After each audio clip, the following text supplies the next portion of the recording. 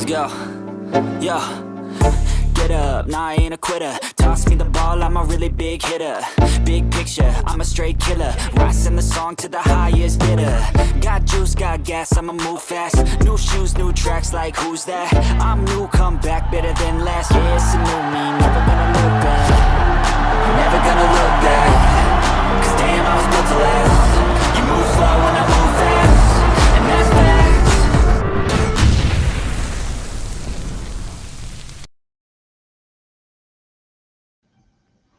Well, hello, what's up, Bears fans? Welcome back to Coffee with Tracks, where we dive into everything Chicago Bears with passion, energy, and the excitement that you deserve. So, Chicago, I'm your boy, Brandon Tracks Hiatt, and today we've got some sizzling hot updates on the Bears coaching staff that you won't want to miss.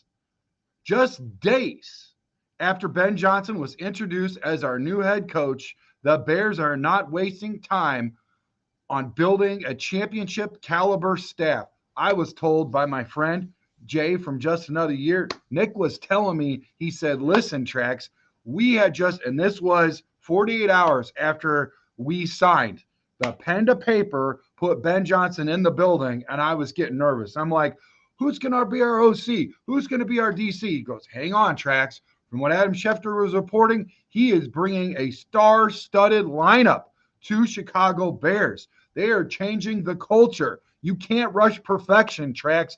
Hang on, Tracks. It's going to happen, Tracks. We are going to have a lineup. And guess what? Nick from Just Another Year, make sure you check him out, man. He was on point. That brother was on point. What he told me was spot on, man. We're going to break down exactly how right he was, man. Make sure you guys hit that like button. Wear it out. Wear it out. Tell all your friends about it. Let's be about it. Let's share our community with everybody. Share this video. I mean, make sure you hit the comments. I already see you guys in the chat. I love the chat, man. This show is created from a fan to a fan for you guys, okay? So this is all about you. At the end of the show, how you doing? Keep it moving. Hang on tight with us, guys, because it's going to be an awesome, fun-filled, action-packed ride, and we are going to make sure your voice is heard. Your voice ain't heard on a three-letter network, NBC, ABC. They don't open up the chats.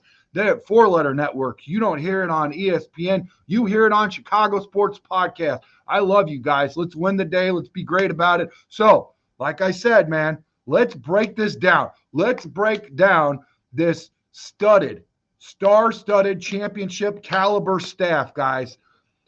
Here's the rumors, man. According to Brad Biggs of the Chicago Tribune, Dennis Allen is the clear favorite to take the helm on defense. But the Bears aren't putting all their eggs in one basket, guys. They're also doing their diligence, and they got their eyes on Aubrey Pleasant from the Rams and Durante Jones from the Vikings. We're talking about a defense that could be set to dominate in 2025, people.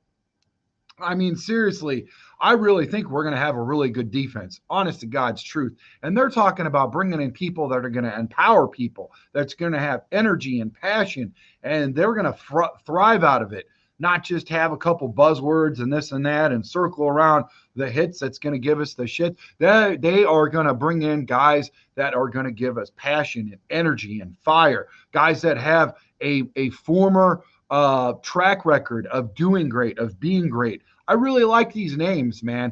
Dennis Allen is the guy, though, man. Keep your eyes peeled for that. It's not. I don't think it's a matter of if. It's a matter of when, guys. So let's talk about the offensive coordinator buzz. On the offensive side, we got David Shaw, who recently was with the Broncos. He's a top contender for the OC spot. We also interviewed him as a head coach. Now, I was a little iffy about the head coach. I'm not going to lie, but make no mistake about it, man. This guy can cook on the offensive side of the ball. Oh my. He was a top contender for that OC spot for the Broncos recently. Shaw was his rich history goes all the way back to Stanford under Jim Harbaugh. So he comes from that Jim Harbaugh tree. I mean, talk about it, man. I mean, we missed Harbaugh last year, but we could potentially bring a guy in the building from the Harbaugh tree on the offensive side of the ball who could really cook. Plus, what about Declan Doyle, guys? Oh, my. You're looking at him as far as a tight end coach who bring in on the offensive side of the ball, potential coordinator on the offensive side of the ball. Israel Wolford. I mean, the name just goes on and on. The names are just amazing, guys. Bo Hardegree. He had a connection back in Miami, with Ben Johnson. So there's an interesting connection there, guys.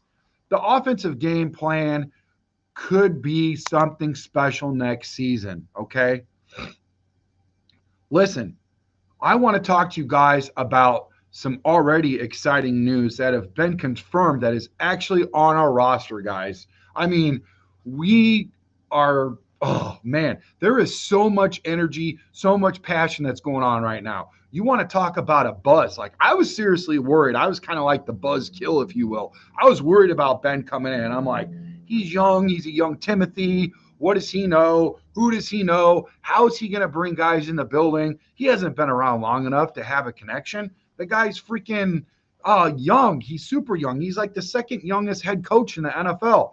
How would he bring anybody in? Make no mistake about it. This guy is a big-time swinger. Oh, my God. He's swinging for the fences, baby. Look at this. Confirmed on the roster already. We got Antwaan Randle, JT Barrett, and Al Harris are joining the Bears family. Oh, my. Drop in the comments below which one of these, if not all these guys, you're really impressed with and really excited about. Maybe you're not excited about any of them. I haven't met anyone that is, but honestly, I like all these guys. Seriously. Randle, as the wide receivers coach, he's also worked with quarterbacks. He was a quarterback. He's been in the building with Pittsburgh. He also was Indiana Hoosier, former quarterback, turned receiver. The guy sees everything. He's very dominant, very strong, very powerful. And guess what? He holds players accountable. I know you guys have seen the clips out there already. You've seen him storming the gates. You guys have seen him holding players accountable for when they mess up or whatever. He's not afraid to go to the star player and get in their butts, man. That's what it's all about, right? He's also about empowering, too. He's not just about, shame you for doing bad and all this kind of stuff. He also gets excited and energetic when they make big plays and they do things right. And I think both things are important and both things can be true at the same point in time. And you need to have that. You need to have that in the building. And he's one guy that's going to resonate because make no mistake about it. Ben Johnson can't just spend his time. It is a timeshare. He's not only just going to be able to look at clips and go grab the quarterback and sit for hours with them and work around the clock and pull up on, grease boards and chalkboards and film and all this and spend all his time. Not saying he won't, but he's going to have to do this with a lot of people. So now he's got to bring in all these people, lay out the foundation, build a culture, talk about, spend lots of time with these guys. And just really like, hey, this is what I envision. This is what I see. What do you see? He also talks about accountability on both sides, not just for the player, but for the coaches. If you see us doing something wrong, if we are not practicing what we preach, call us out. Let's talk about it. I believe there's space in there for a very good maturation of a relationship at a professional level, though. Still keep in mind that they are the boss. They're the leaders, but there's no reason why you can't have a relationship inside of leadership through the whole chain of command, starting all the way from the top down. And I believe a lot of this comes from Kevin Warren. Hey, and I want to give it right. I want to get it. George McCaskey finally got it right. We have been really hard on the guy, rightfully so. Sell the team. Your voices were heard. That's why we like to hear from you. This is a show from a fan to a fan. Thank you guys for showing up and showing out. Storming the gates, knocking on the door till the hinges fell off. They heard your voice. George McCaskey empowered Kevin Warren. Kevin Warren sent it on down the chain of command. This is how it works, boys. I'm talking about, ladies and gentlemen, this is how a true chain of command works. Kevin Warren says, listen, you're going to run point Ryan Poles. Ryan Poles says, this is my guy. Guess what? They went and got their guy. Boom. Served to you guys fresh on a really nice silver platter. Star-studded lineup. Oh my, like I said, Antwaan Randle, JT Barrett, Al Harris are all part of your Bears family, man. Oh my goodness. I'm so excited, man. Randle, once again, as a receivers coach. Barrett, for the quarterbacks. I believe Randle will dabble with the quarterbacks, respectfully so. He's not going to jump his, overstep his bounds or anything, but he can work with both of them. And I think that's what's really important and special about these group of guys. They can do a little bit of everything well, okay? And a lot well too. And it's really going to help out. One thing that Ben Johnson said that he really liked about Dan Campbell is he allowed everybody to be comfortable and be themselves within their own skin, okay? Be yourself. Be who you are. I'm not going to be a micromanager and put my thumb on you. And guess what? When the chips were stacked against them, when they had 500 injuries and only so many guys to show up, guess what? They showed up and showed out like they were the guys that were the starters, and they ended up being the starters, and they elevated way past where they should be. Make no mistake about it, guys. These guys they were on a mission. They were on a mission, and that's what Ben Johnson says he likes about Dan, and this is what he wants to do. Why say it? Why highlight what he really enjoyed about his former head coach, with his former head boss, if he's not going to do the same thing and empower and allow these guys to cook, man? I really like what's going on here, and I can see these guys. These guys are all leaders. All these guys are leaders. Al Harris is a leader. Antwaan Randle is a leader. JT Barrett, in his own right, was a leader. He came from the Lions. So did Antwaan Randle. So he grabbed two guys from him. He said he wasn't going to fleece them. He wasn't going to grab everybody. He's grabbing guys from all over, okay? But he grabbed a couple of his top guys. Now, make no mistake about it, boys. Leave in the comments below, ladies and gentlemen, if you guys think that potentially everybody was like, whoa, let's go with Ben. Let's go with my big dog, Ben. I want to go with him to Chicago, man. I love this guy's passion and energy and his attention to detail. Let's go be about it. You know what I mean? Like, seriously, I really think he had to say, listen, I have a lot of gratitude and a lot of respect for everybody in this building. They gave me an opportunity. I love Dan. Listen, Dan, I'm going to grab a couple guys. If they want to come, they're going to make their decision, but I'm not going to take everybody with me, okay? I'm going to leave a little something left for Daddy on the plate, okay? I'm not going to eat all the dinner, okay? And I'm not going to leave you table scraps either. Just my opinion. I think that's how it went down. Leave in the comments below if you guys like the way that he handled that. I do. I mean, I know some of you guys are a little like, hey, let's take it all. There's two sides to it, but I think he did a good job. These guys right here that we're talking about, oh my, Antwaan Randle, JT Barrett, Al Harris. Wow, talk about some names, guys. These guys bring not just experience, but a winning mentality from their previous teams. You talk with guys like one of our friends of the show, J-Mac, Jason McKee, we got over 100 in the building. Thank you guys so much across all platforms. Hit that like button, hit that subscribe button. We appreciate your view. Make sure you hit the trifecta, subscribe, like, notification bell. Set those notifications to all because we are going to give away a jersey. You're going to get Tracks hard-earned money. And if you guys want to help donate, make sure you drop a super chat too, in amount of $2, $5, whatever, $1, whatever you guys want to contribute. It's going to go to this show for you guys to get that swag, baby. So you guys can look fresh and clean, baby. And you guys are going to get all your guys' favorite Chicago Bears. You're going to look fresh. Okay, you guys are going to look clean. They're going to say, that guy's from Chicago Sports Podcast. He's looking good. He won something. Yeah, so, hey, and that's what you do. I'm going to look once we hit that 3,000 mark subscribers and then 4,000, 5,000, each mark, we are going to give away a fresh jersey, a football, a signed football from Caleb Williams, all these guys. We got some big time plans, guys. Same thing with YouTube. It's blowing up. So is freaking Instagram. They love our passion. They love our energy. They love our fire. And I'm talking about ours because I'm talking about you. I'm talking about my co-host. I'm talking about all of us, our whole entire community, guys. This is awesome. We love engagement, man. And like I said, getting back to these coaches, these guys bring not just experience, but a winning mentality from their previous teams. We found winners. We didn't go freaking grab a bunch of losers.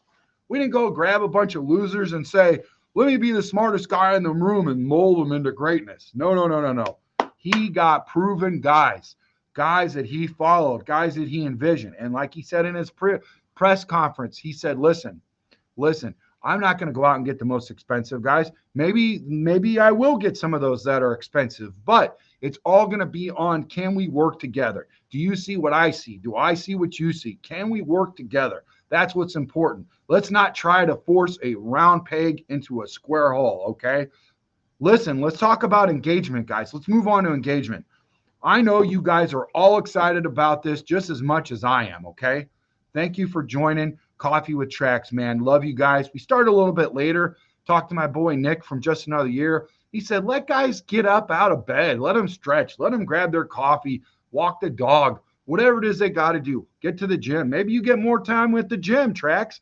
I don't know, but everybody starts their mornings a little bit later. Just kind of hang on so you get more engagement. More guys will be at, this guy's awesome. I give credit where credit is due. Go follow Nick from Just Another Year. Awesome guy. Keep inspiring. Listen, this is how dedicated this guy was. You guys have seen Tracks in his garage, right? We're doing my podcast in here, whatever. You guys are like, what are you guys doing? I love it so much. I'm so loud. I'm not like a Roman Catholic. No knock on Roman, but you know what I'm saying? It's like quiet, kind of like a library, like very, that's not me, man. I'm squirrely. I'm fired up. I'm pumped up. I'm kind of like a Pentecostal approach, like rip roaring. I'm a true, real blue collar Chicago Bear fan. Could you imagine me inside my house when my family's getting started? My kids, come on, dude. Oh my, I said, let's bring a heater in. My boys are coming over. We're going to make a studio. We're going to put in some insulation, some walls. It's going to be beautiful. Like my guy, Pat from Pat the Designer, they got their show over there. I helped him move his stuff from his old studio to his new studio. I'm going to try to make something like that, dude. It's going to be beautiful. It's going to be from the pit to the palace. But getting back to Nick from Just Another Year, he was in a fishing hole. He was in an ice fishing. He was outside fishing, waiting for the news to drop about Dennis Allen, and he was going to drop it like it was hot. That's dedication, baby. Now, granted, he had a really nice Bass Pro or Cabela's super. I mean, it looked cozy, guys. You want to talk about ice fishing? Go look at him on Twitter. Oh my, on that X app. This dude knows how to ice fish. He had the heaters going. His buddy caught a really nice fish. And he had a camera set up to record and drop the video. Boom. He was gonna drop a banger straight from the freaking fishing hole as he was ice fishing. So these are the guys, man. These are the guys. They're great. There's so much to go around. Go check these guys out. There's even more guys out there. 4-Star. Shout out to 4-Stars. They're a part of Chicago Sports Super Network, Chicago Sports Podcast. Go check my boys 4-Star at, man. Love those guys. They're great. So much to go around, guys. But like I said, we're approaching the 3,000 mark. Let's give a jersey away. Why not? I'll even have some of the Bears players that I know sign it. When we do a live event, I'll grab a guy and say, hey, could you mind signing this shirt? Yeah, Tracks, whatever you want, Tracks. Let's do it, man. I love your energy. And then, boom, I'll give that one away too, man. So there'll be some ones that are not signed. There'll be some ones that are signed. Let's enjoy the ride together. Let's be great together. Let's have fun together, okay? Like I said, make sure you subscribe and hit that notification bell. It is in for all notifications, man. Comment below with your thoughts on these new hires. Share this video with your Bears-loving friends, and let's grow this community together. But before we wrap it up, I want to give you guys 130 in the building across all platforms, okay? Foreign and domestic. We got 5 questions that I got for you guys. I want your voices to be heard. I'm going to go into the chats. We're going to talk. We're going to conversate. I'm going to pull up your comment. We're going to talk about it. I'm going to give you guys shout outs. Okay. And let's get those super chats going, guys. I appreciate you. Thank you so much. Who do you think should be the Bears defensive coordinator this coming season for 2025? Who do you think should be the Bears defensive coordinator for 2025? No, question number 2. Are you excited about David Shaw as a potential offensive coordinator, or who would you like as an offensive coordinator for the 2025 season? Are you excited about David Shaw? Why or why not? 140 in the building now, guys. Wow. You guys are awesome. What impact do you think Antwaan Randle will have on our receivers? And do you guys think he'll have an impact on the quarterbacks too? I mean, I think he will. What do you guys think? I think it's give and take over there. Shout out to everybody in the chat, man. Thank you for all your comments. You guys are great. Keep them coming. We're just there. We're almost there. Hang on tight, guys. Make sure you guys share this video. This is great. We're going to get into it. Let me know if you guys want to do a mock draft. I will send one of you guys will be our GM. One of you guys will be assistant GM. We'll make this happen, guys. We'll draft whoever you want. Offensive lineman, defensive lineman, receivers, running back. You guys want Genty? I want Genty in the first round. Should I get Genty in the first round? I want an offensive line in the first round. Don't let Tracks get it wrong. Keep Tracks on track, okay? Let me know if you guys want to do another one. Mock draft bonanza, baby. Let's keep going. Woo! Let me get a woo in the chat. A Ric Flair woo! All right, guys. And question number 4. How crucial is the role of quarterback coach like JT Barrett for Caleb Williams' development? Do you guys think that's pretty important for, JT Barrett and to be with Caleb Williams and his development and all that? Do you think it's pretty important that we sign that guy? And question number 5, what's one thing you guys are most excited about for the Bears in the 2025 season? What's the thing that you guys that set your hair on fire that you're most excited about with the Bears in the 2025 season? Bears fans, this is just the beginning with Ben Johnson at the helm and the exciting new additions that he's provided for you guys. The Bears are poised for something special, guys. Remember to like this video if you're ready for the 2025 NFL free agency and the draft. Keep the comments coming, and let's keep the Bears spirit alive. Let's see what you guys got in the chat, man. How you guys doing, beautiful people? Paul says, oh, man, I see some of my favorites, man. You guys are beautiful. All right, let's check it out. Paul Gibbons in the building. Shout out to Paul. 5 stars. Man, we're cooking. It's 66 degrees in here. It's time to get into my T-shirt for a little bit, huh? Check out the gun show. Went to the gym this morning. Paul Gibbons. What up, Paul? He said 5 stars. He loves what we've done with the staff so far. Oh, man, I feel the chill already. I'm not going to last. Hey, how long do you guys think? Like this button. I'm in a T-shirt. I'm in my garage, 66 degrees. I got a couple heaters going. Like this. I will keep my T-shirt on for the remainder of this show. We're only 23 minutes into it. We're going to do a mock draft. If you guys like this show, I will stay in this T-shirt. Chicago bear down weather, baby. In mid-January, I'm going to wear this T-shirt the whole time and not put the jacket on for you guys. My toes might be a little froze, but hey, man, there's a casualty in all wars, right? Breaking news, Bruce. Bear down, baby. Trappa keep in the building. Love that name, man. Bear down.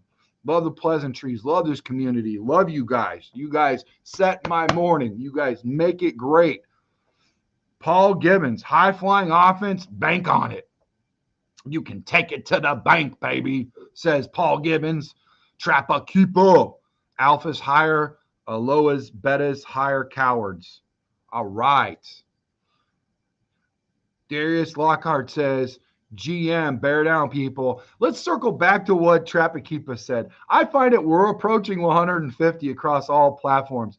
Listen, I find it comical. People said that, we weren't going to hire Ben Johnson because Ryan Poles said that he was worried about him taking the job. And not only did he get Ryan Poles, but fellas, he grabbed a lot of people that could potentially take his job. I mean, everybody in the building. Not right now, but hey, man, he didn't say why me. He said try me. Big flex to Ryan Poles. He said, let's go. We're bringing the whole squad with me. Love it. Great point, Trapakeepa. He's an alpha, true alpha. GM. Good morning, bear down, people. Good morning, D-Nice. Darius Lockhart, his birth name. Breaking news, Bruce says, Darius, bear down. Bear down, Paul Gibbons. Bruce. Rod D, I'm waiting for the Dennis Allen actual report. Aren't we all, buddy? Aren't we all? Until then, we're just going to spitball and have a good old time, just like we do about free agents, mock drafts, all that good stuff. Appreciate you, Rod D. Hit that like button. Hit that subscribe button. Appreciate your view, buddy. Trapakeepa said Allen should be announced today. I believe it so, man. I believe it so. 150 in the building, guys. Good job, guys. Good job. Keep it coming. Make sure you keep sharing that video. Share it on your Facebook, your Instagram. Open up the door. Make a phone call. Send a group text out. Let everybody know. Tell that Goodyear blimp to put it out there. Let's go, man. Tell Elon Musk to send it to the moon so everybody could see and hear about it, okay? Trapakeepa says Allen should be announced today. When it's announced today, look for a live video, guys. Look for a live video. I have to be around the freaking building to make sure we can have a really nice video for you guys. Yeah. Let's speak it into existence. Nothing wrong with that. Rod D says, I hope we sign a veteran QB like Joe Flacco or someone to back up Caleb. You know, Rod D, I love that. I love that. Why not? Yes, Flacco, right? Or somebody veteranesque. I believe it. Is that a word, veteranesque? Oh, too much coffee. Got to slow down. Yeah, I agree with Rod D. Great point, Rod. Make sure you circle back. Stay a part of our group, man. We love you, man. We love your comments. Love all the comments, man. Good morning, Brandon and my fellow Bears fans. Bear down. Yeah, that's a flex for you, Phil. Love you, brother. Trapakeepa says, hit those like buttons, y'all. Mr. Seabear says, coffee and NFL Championship Sunday, 88 days until the NFL draft. I have the countdown on my phone. That's awesome, dude. That's awesome. How did you get that? Let me know, Seabear. How did you get that on your phone? I'd like to get that countdown also. Also, would you guys want me to do an NFL Championship Sunday pregame? Because I will. I can draw it up. Maybe while we're doing that, we'll hear the new information about Dennis Allen. We almost have 160 in the chat, guys. Let's break the internet. Like I said, share it across all the platforms. Everything, anything you guys can think of. Twitch, Twitter, XApp. Be a friend, tell a friend. Let everybody know about our community. Let them know that you guys are the founders of our beautiful community and you beautiful people out there. I love you guys. Chef's kiss, guys. Chef's kiss. Oh my. Facebook, Instagram, everywhere. Let them know about it. Open up the door. Tell your neighbors. Tell your neighbors. Tell everybody. Billy Flores says, every year we think we made the great move and every year we fail. I'm done getting excited about next season. We always look good on paper. I will get excited when I see it happen before my eyes. Well, Billy Flores, hey, man, big bear hug to you, brother. I wish you could feel what I felt. I understand. You're a diehard Bears fan. And I loved your energy when we were live at the casino. I'm glad I had you up on the mic. I appreciate you, man. You're a good guy. One of my very first interviewers. He's just staying grounded, or maybe he's hungover or something, or not feeling well. But or you're just telling it like it is. But anyways, appreciate you, Billy. Keep coming back. Trapakeepa says, all good former players and solid coaches. Yes, for sure. Seabear says it's not about how hard you get hit. It's about how hard you get hit and keep moving forward. That's how winning is done. Love it, buddy. Love the quote. That's awesome. Scottish Bear says, oh, what's going on? I think I got it. Brandon, brother, it looks like Ben Johnson knows what the hell he's doing. Love it. For sure. Nick with a C is legit. For sure, Trapakeepa, for sure. Scottish Bear says 3:15 p.m. Scottish time. Perfect timing, brother. All right, I'll keep that in memory. I'll do that on Saturdays and Sundays now, for sure. Was scrolling through, and I like what I was hearing. Jose D is in the building. Make sure you hit that subscribe button. Leave a good review. We appreciate you. We appreciate your view. Thank you for your comment. Thank you for being live and about it. So Hey, we're going to give away a jersey once we get to that 3,000 mark of subscribers on YouTube. All you got to do is a triple trifecta, Jose. Make sure you subscribe, hit that notification, circle all for all notifications, and make sure you keep commenting and coming back, man. At the end of it, once we hit the 3,000, I'm going to take a look. Over 165 in the building. You guys are awesome. Let's go. Let's keep it going. Let's get the Big Mo going. Let's keep the Big Mo going, baby. Let's get the woo, Ric Flair woo in the building. Yes, sir. Yes, sir. Going to give you guys some of Tracks' hard-earned money. Hey, don't forget to hit that super chat if you guys want, man. Appreciate it. Appreciate everything. Appreciate all the love, man. Scottish Bear says, Dennis Allen, yes, please. Scottish Bear says, David Shaw, yes, please. Scottish Bear again, with the trifecta. He will be inspiring to Rome especially. I agree. I couldn't agree more. For sure. For sure. I couldn't agree more with that. Yes, sir. Yes, sir. Allen is great. For sure, Paul. We got a woo from Philip. Let's go, Bear Brothers.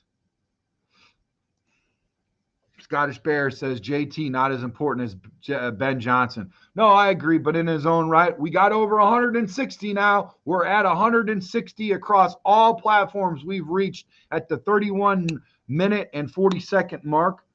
A successful change in culture. He loves it. Man, keep the comments going. You guys are passionate. Let's double down. Let's work it. Hey, you guys, keep me in that T-shirt. Keep me in that T-shirt, okay? Let's go. Let's go. Tell everybody. Share this video live. Tell them to come check you guys out. Woo! Yeah. Having a competent offense. I love it. And win. You the man, Brandon. No, you the man, Phil. You the man, brother. Daniel from Chi-Town. What up? The Bears.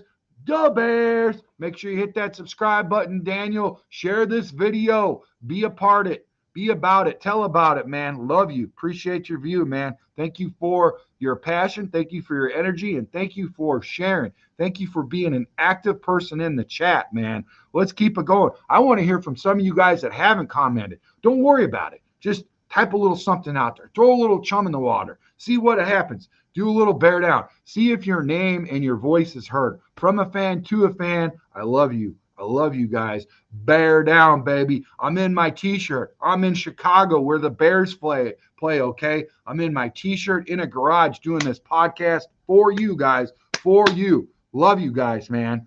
Passion and energy. That's what you guys deserve. You guys deserve that because you guys are Bears fans and we've been kicked in the teeth for far too long. 160 in the building. Let's get one more. Let's go to 170. Let's go to 200. Let's go to 200. Let's do it, guys. I know you guys can do it. Let's show them the Big Mo is in the building. Momentum. BD energy. BD energy. Woo! Ryan Poles is a disaster. And fierce. What up? Bear down. Smiles to you, buddy. Darren H says, nothing says better like calling yourself and others alpha. Hilarious. What up, Darren H? Appreciate you, man. Thank you for coming in. Thank you for checking out. Thank you for being active. Come get a T-shirt of your choice. I don't care who it is. Pack fan from Iowa, you want a Packer jersey? I'll send it to you, buddy. Make sure this is a safe place. You know we're going to be a little chippy. Over 172 in the building. Let's get to 180. Woo! Woo! Check this out, guys. Check this out. Share it with everybody. Big momentum. Let's get a Ric Flair. Keep your boy in a freaking T-shirt in Chicago in his garage. I'm doing it for you, man. This is what you guys deserve. Packer fan, you want to be about it, I'm going to send you a jersey, man. Hit that like and subscribe button. Once we get to 3,000 subs, I'm going to pick whoever is the most active. I'm going to look at the register and I'm going to say, that guy gets it. I don't care if it's a Packer fan. I don't care if it's a Bucks fan, Lions fan, Bears fan, always welcome and preferred. But guess what? This is a safe space. When we play against each other, man, it's time to take the gloves off. It's going to be a little chippy, okay? But we love you, buddy. We have the NFL umbrella in common. We love football, and we love you. And we love Iowa too, man. I hope we can grab some guys from Iowa, especially Caleb with a K. We like that guy. Let me know if we should draft Caleb with a K from Iowa as a running back when we get ready to fire up that mock draft simulator as soon as I get through all your guys' comments, okay? All right. But I'm not going to say, go Pack, go. I'm not going to say it, okay? I'm sorry. That's as close as you're going to hear me say it, okay? All right. Breaking news, Bruce say, I would love to have Dennis Allen as DC and also David Shaw as OC. He would love it. Bear down. Hell yeah, do it. 177 in the building. 3 more. Share them videos, man. Make your voices heard. Let everybody know who your community is. Be proud of your community. Be proud of Chicago Sports Podcast.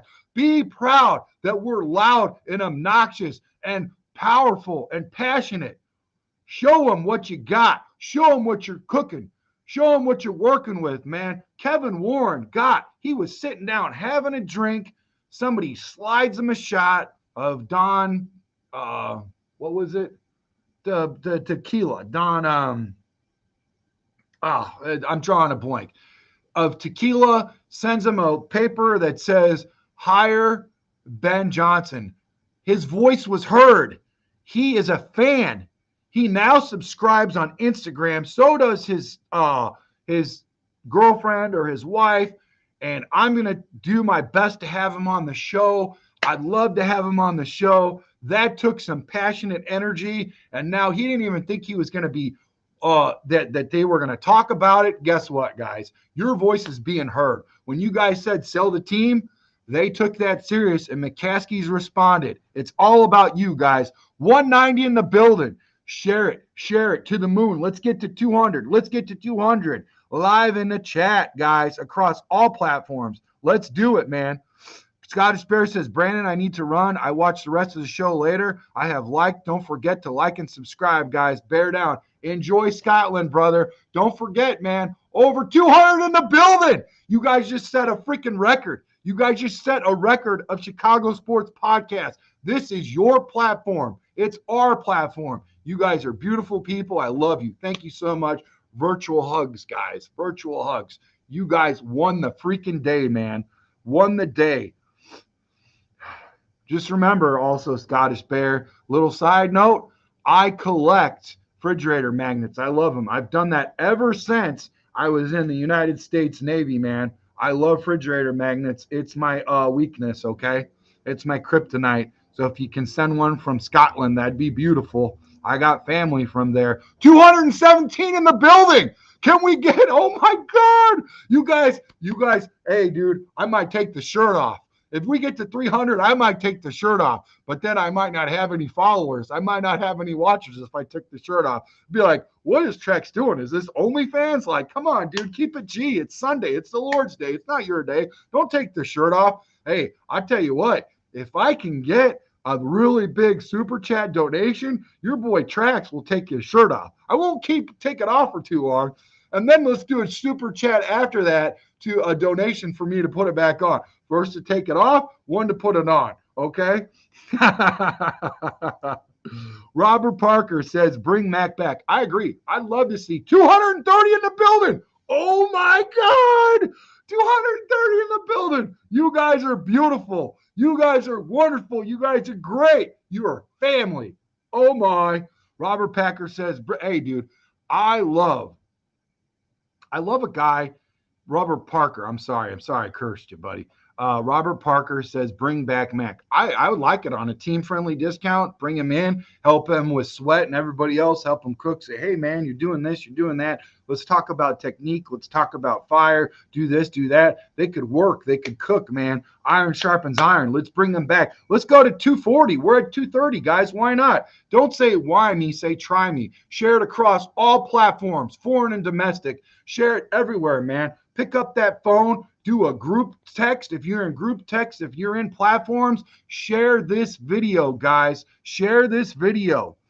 Let's go Bills and Eagles win today. Do you guys want to see a divisional? I'll set it up, man. I got some of my notes already ready together. If you guys want to see an AFC, NFC divisional pre-game show from Tracks, we'll do it, man. We'll do it later. We'll do it at like 12:30. You guys cool with 12:30 or 12, something like that, Central? And then hopefully by then we'll have some breaking news about Dennis Allen.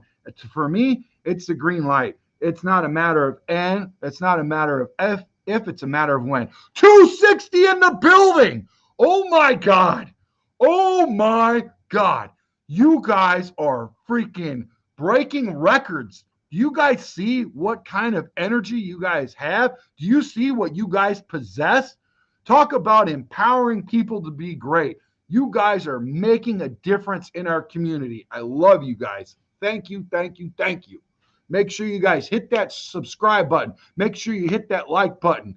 Leave a good review. We appreciate you, man. You guys are swinging big for the fences today, man. Once we get that 3,000 subscribe mark, I'm going to give away a jersey of your choice. Doesn't matter from what team, what player. We're going to be doing this at the 3,000, 4,000, 5,000, all the way up to the moon, guys. Strap a jetpack on. We're going to the moon like Elon Musk, okay? 162. Let's go to 170. Let's get a woo, like Trapakeepa says, a Ric Flair. Woo! Bear down, C-Red says. Bear down, baby. Hit that like button. He says FGB. Trapakeepa says 200. Let's go. Listen, guys, for everybody that's on the platforms, we're on Monday night, Tuesday night, Wednesday night, Thursday night, Friday night, 8:30 Central. If you guys want it to be a little earlier, a little bit later, let me know in the comments below. We appreciate you. On the weekends, we do stuff like in the morning, in the afternoon, at night. We got stuff on all the time, man. So guess what? There's two things you can control in life. Attitude, which it seems like we got a pretty good attitude over here on this side of the camera, and you guys too, right? Attitude and attendance, man. To be in the spot is to break the news. We broke the news with Darius at 2 o'clock. He was on the podcast at 2:30. The news broke at like 2:35, 2:36 about Ben Johnson. The following day, some more of my co-hosts broke the news about Antwaan Randle. And then last night, we got confirmation, pretty much a done deal, about all these other guys, and that Dennis Allen is potentially going to be signing. It's not a matter of if or when. So, I mean, all this good stuff is happening, guys. You got to be in your spot. That is the nugget of the day. 275 in the building. Keep the big Mo rolling. 275. Let's get to 280. Like, who knows? We could get to 300. Could we get to 415? Could we get to Tracks' old weight? I was 6'6", 415 till I got on this train. Now I'm about 275, 276, depending on whether I eat that biscuit or not in the morning, depending on whether I go to the gym, depending on a lot of things. But, yeah, I've lost a lot, guys. Can we get past that? Oh, one more guy, and we're at my weight right now. Well, I might be 275 right now. It's 275, 276. But, man, you guys can do it. You guys can do anything. This is your year, guys. 2025 is your year. When we beat Green Bay Packers, Caleb beat Green Bay Packers in Lambeau. A lot of great things for the very first time happening. Just got 5 new subscribers on XApp. Twitter, love you guys, man. Instagram's blowing up. Love you guys. 282 in the building, guys. Oh, my. Hey, looks like I'm still in my T-shirt in my garage in Chicago, right? All right, what does Seabear says? Commanders winning. Notice Jaden Daniels mastered Kingsbury offense by week 3. Jaden Daniels hasn't used a wristband with plays all season. Jaden has the offense mastered in Washington. Listen, He drew it up to the name, image, and likeness of the quarterback that he had. That's what Kingsbury does. He helps empower those guys. He sees that the craft that he has and he makes them great. We learn from our mistakes. Let's move forward. 295, guys. 295.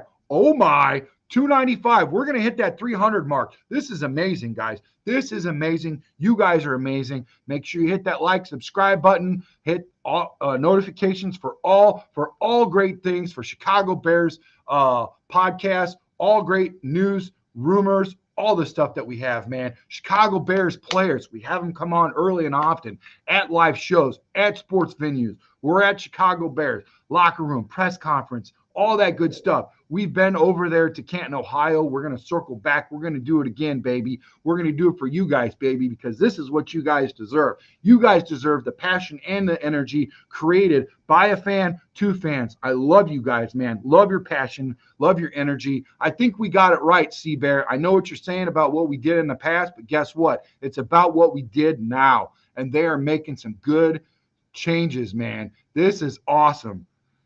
That is awesome, guys. Listen, Trapakeepa, you deserve it, bro. No, you deserve it, Trapakeepa. You all deserve it. It's not about me. It's about we. It's about you guys. This is Chicago Bears energy. This is Chicago sports energy. These players need to match our energy, and they will. They'll feel it, man. Words matter. Actions matter. You guys matter. Love you guys. Hit that like button. Hit that subscribe button. We appreciate your view. Keep on coming back, guys. Let's see what Dark Mind 079 says. Oh, he's got the Joker. Love it, man. This channel has Big Bears energy. BB or BD energy. 303, baby. You down with 303? Yeah, you know me. Woo! Some more Ric Flair. Hey, you guys are awesome. Oh my gosh. Keep sharing this video. Unbelievable. This is what this should be about. Everywhere. Why aren't people fired up and excited that you're in the damn building? Why do we have to be excited that they're in the building? Why put them up on a pedestal? We matter. Sure, it's great that they're on, but guess what? You guys matter too, man. This is what you get. This is what you guys deserve, man. This is for you guys. This is your moment. Relish in it. Love it, man. I'm going to make sure I hit all your guys. It's 314 in the damn building. Woo! Oh my gosh. Oh my gosh. Are we going to get to Tracks old weight? 415? I was 415, almost 420. I'll just say I'm 420 so we can hit 420. No, I was 415, man. I ain't going to lie to you guys. Man. I need to slow down. Take a deep breath. Track's about to turn into Hulkamania. Rip the shirt off, man. I'm telling you guys, if I get some super chats, you guys drop some super chats, this shirt's about to come off. Then somebody can circle back with another super chat for me to put it back on. What up? What up, Darius, man? One of my favorite co-hosts. Love you guys, man. Come check him out. He's on all the time, man. He's on all the time. Great guy. He's the guy that broke the news about Ben Johnson coming to the building. He was in his place with a great attitude and attendance. That's what Darius is about. He was there. He delivered for you guys. You guys deserve it, man. Make sure you share this video to everybody. Hit that like button. Hit that subscribe button. Hit that notification bell. Turn those comments on to all so you get everything Chicago sports. So you get all the comments for Chicago, all the content from Chicago Bears. We got all the Bears players coming on today, past, present, future. All these guys, man, for you guys at venues. This is our year, 2025, 311, 319 in the building. I started out in the same garage. I had a phone. It was just a little upgrade from a flip phone. I had it turned straight up like this. I had it on my town trash can. It fell over. I had one viewer. I said, hold on, guys. This is important. This isn't about me. It's empowering you guys. You guys can do this. If I can do it, anybody can do it, guys. Anybody can do this, man. You guys can do this. And I will be your number one supporter. I am the biggest cheerleader that you will ever have in your damn life. If you ever question that, ask any of my co-hosts, man. I'm all about them. Ask my kids. Ask my friends. Ask anybody, man. You need somebody in your corner like Tracks. I'm all about you. I love you. So I had this on. It fills over. I had one viewer, 320 in the building. Love you guys, everybody. The phone flips over, hits the ground. I said, hold on, hold on, hold on. Don't leave me. Don't leave me. This was only on Facebook. Now we're on all the platforms. I go down, I pick it up. This is when I was 415, so I could barely even move, right? And my stomach's in my mouth. I'm like, hold on, buddy. Hold on. Don't leave. You know, I didn't even know what I was going to talk about. I just fired up, want to talk Chicago sports, right? Out of the corner of my eye, I see a coffee can, a Folgers coffee can that I have my nails in, that I do all my woodwork in, you know, when stuff falls apart and stuff. I pick it up, put it as a backstop. I said, all right, buddy, yeah, let's roll. This is never going to happen again. Now I got me a laptop, got me all kinds of sound system, and we're across all these platforms and stuff. We got 337 in the building, man. But I started with one view. All it takes is one person to believe in you, and I'm that guy. I believe in you guys, man. You guys are Chicago sports, blue-collar people, man. Roll up your sleeves, man. Work in the heat, work in the cold. Go to those steel mills. Go to everywhere you work, man. Everywhere. Speedway, gas station, I don't care. You're important. All the way from the judge to the janitor. I love you guys. Chicago sports, 337. All right, rant over. On to the next one. Seriously, man. Dude, you're a effing genuine fan. I love it, and I hope you get 1 million. No, I hope we get 1 million. I'm a fan of you, brother. I can't even see what you're saying because it's about me, man. It's about the reason why the Lord gave me big shoulders is so I could put you all on my back so we can cross the finish line. And guess what? If one of us mess up, Tracks is going to get in front, and I'm going to take the heat for it. And guess what? When we cross the finish line, I'm going to be behind you guys. We're going to be cheering it on, man. Cheering it on.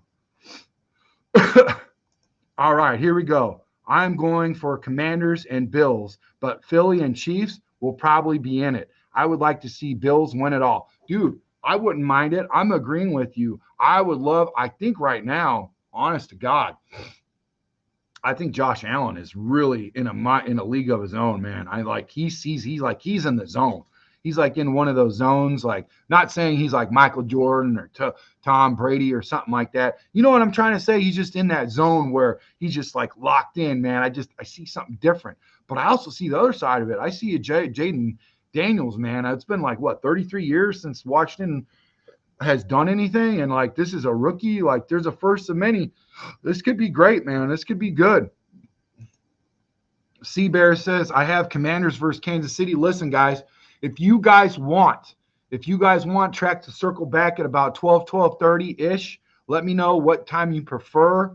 I'll split the middle. Heck, I'll even go 12:15. I don't care. I'll create a show for the AFC and the NFC championship pregame. We'll unpack all of it. It'll be a great show. We'll talk about it. We'll be about it. And guess what? If we don't hear any news about Dennis Allen now, we'll probably hear it then or a show tonight, man. We're going to be around the clock coverage, babies. Round the clock coverage for you guys, man. That's what we do here.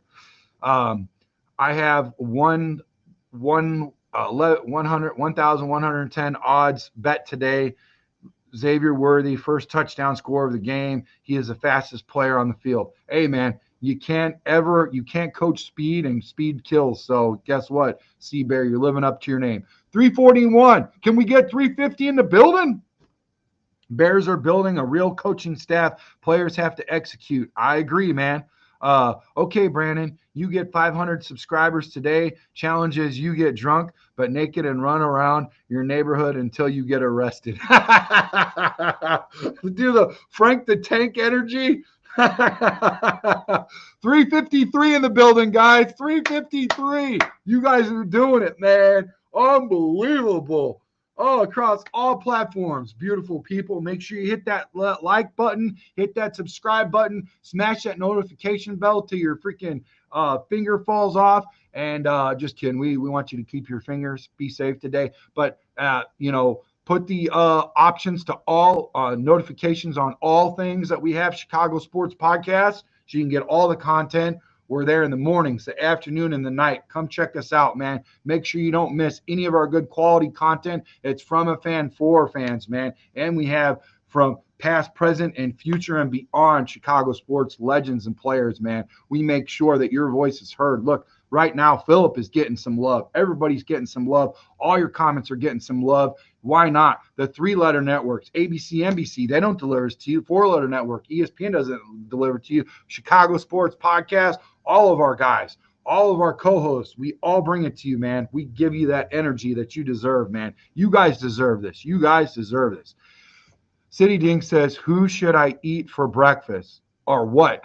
Who? What should I eat for breakfast? Bagel and eggs or bacon egg wrap? Try to eat as little eggs as possible. They're very expensive right now. I don't know why.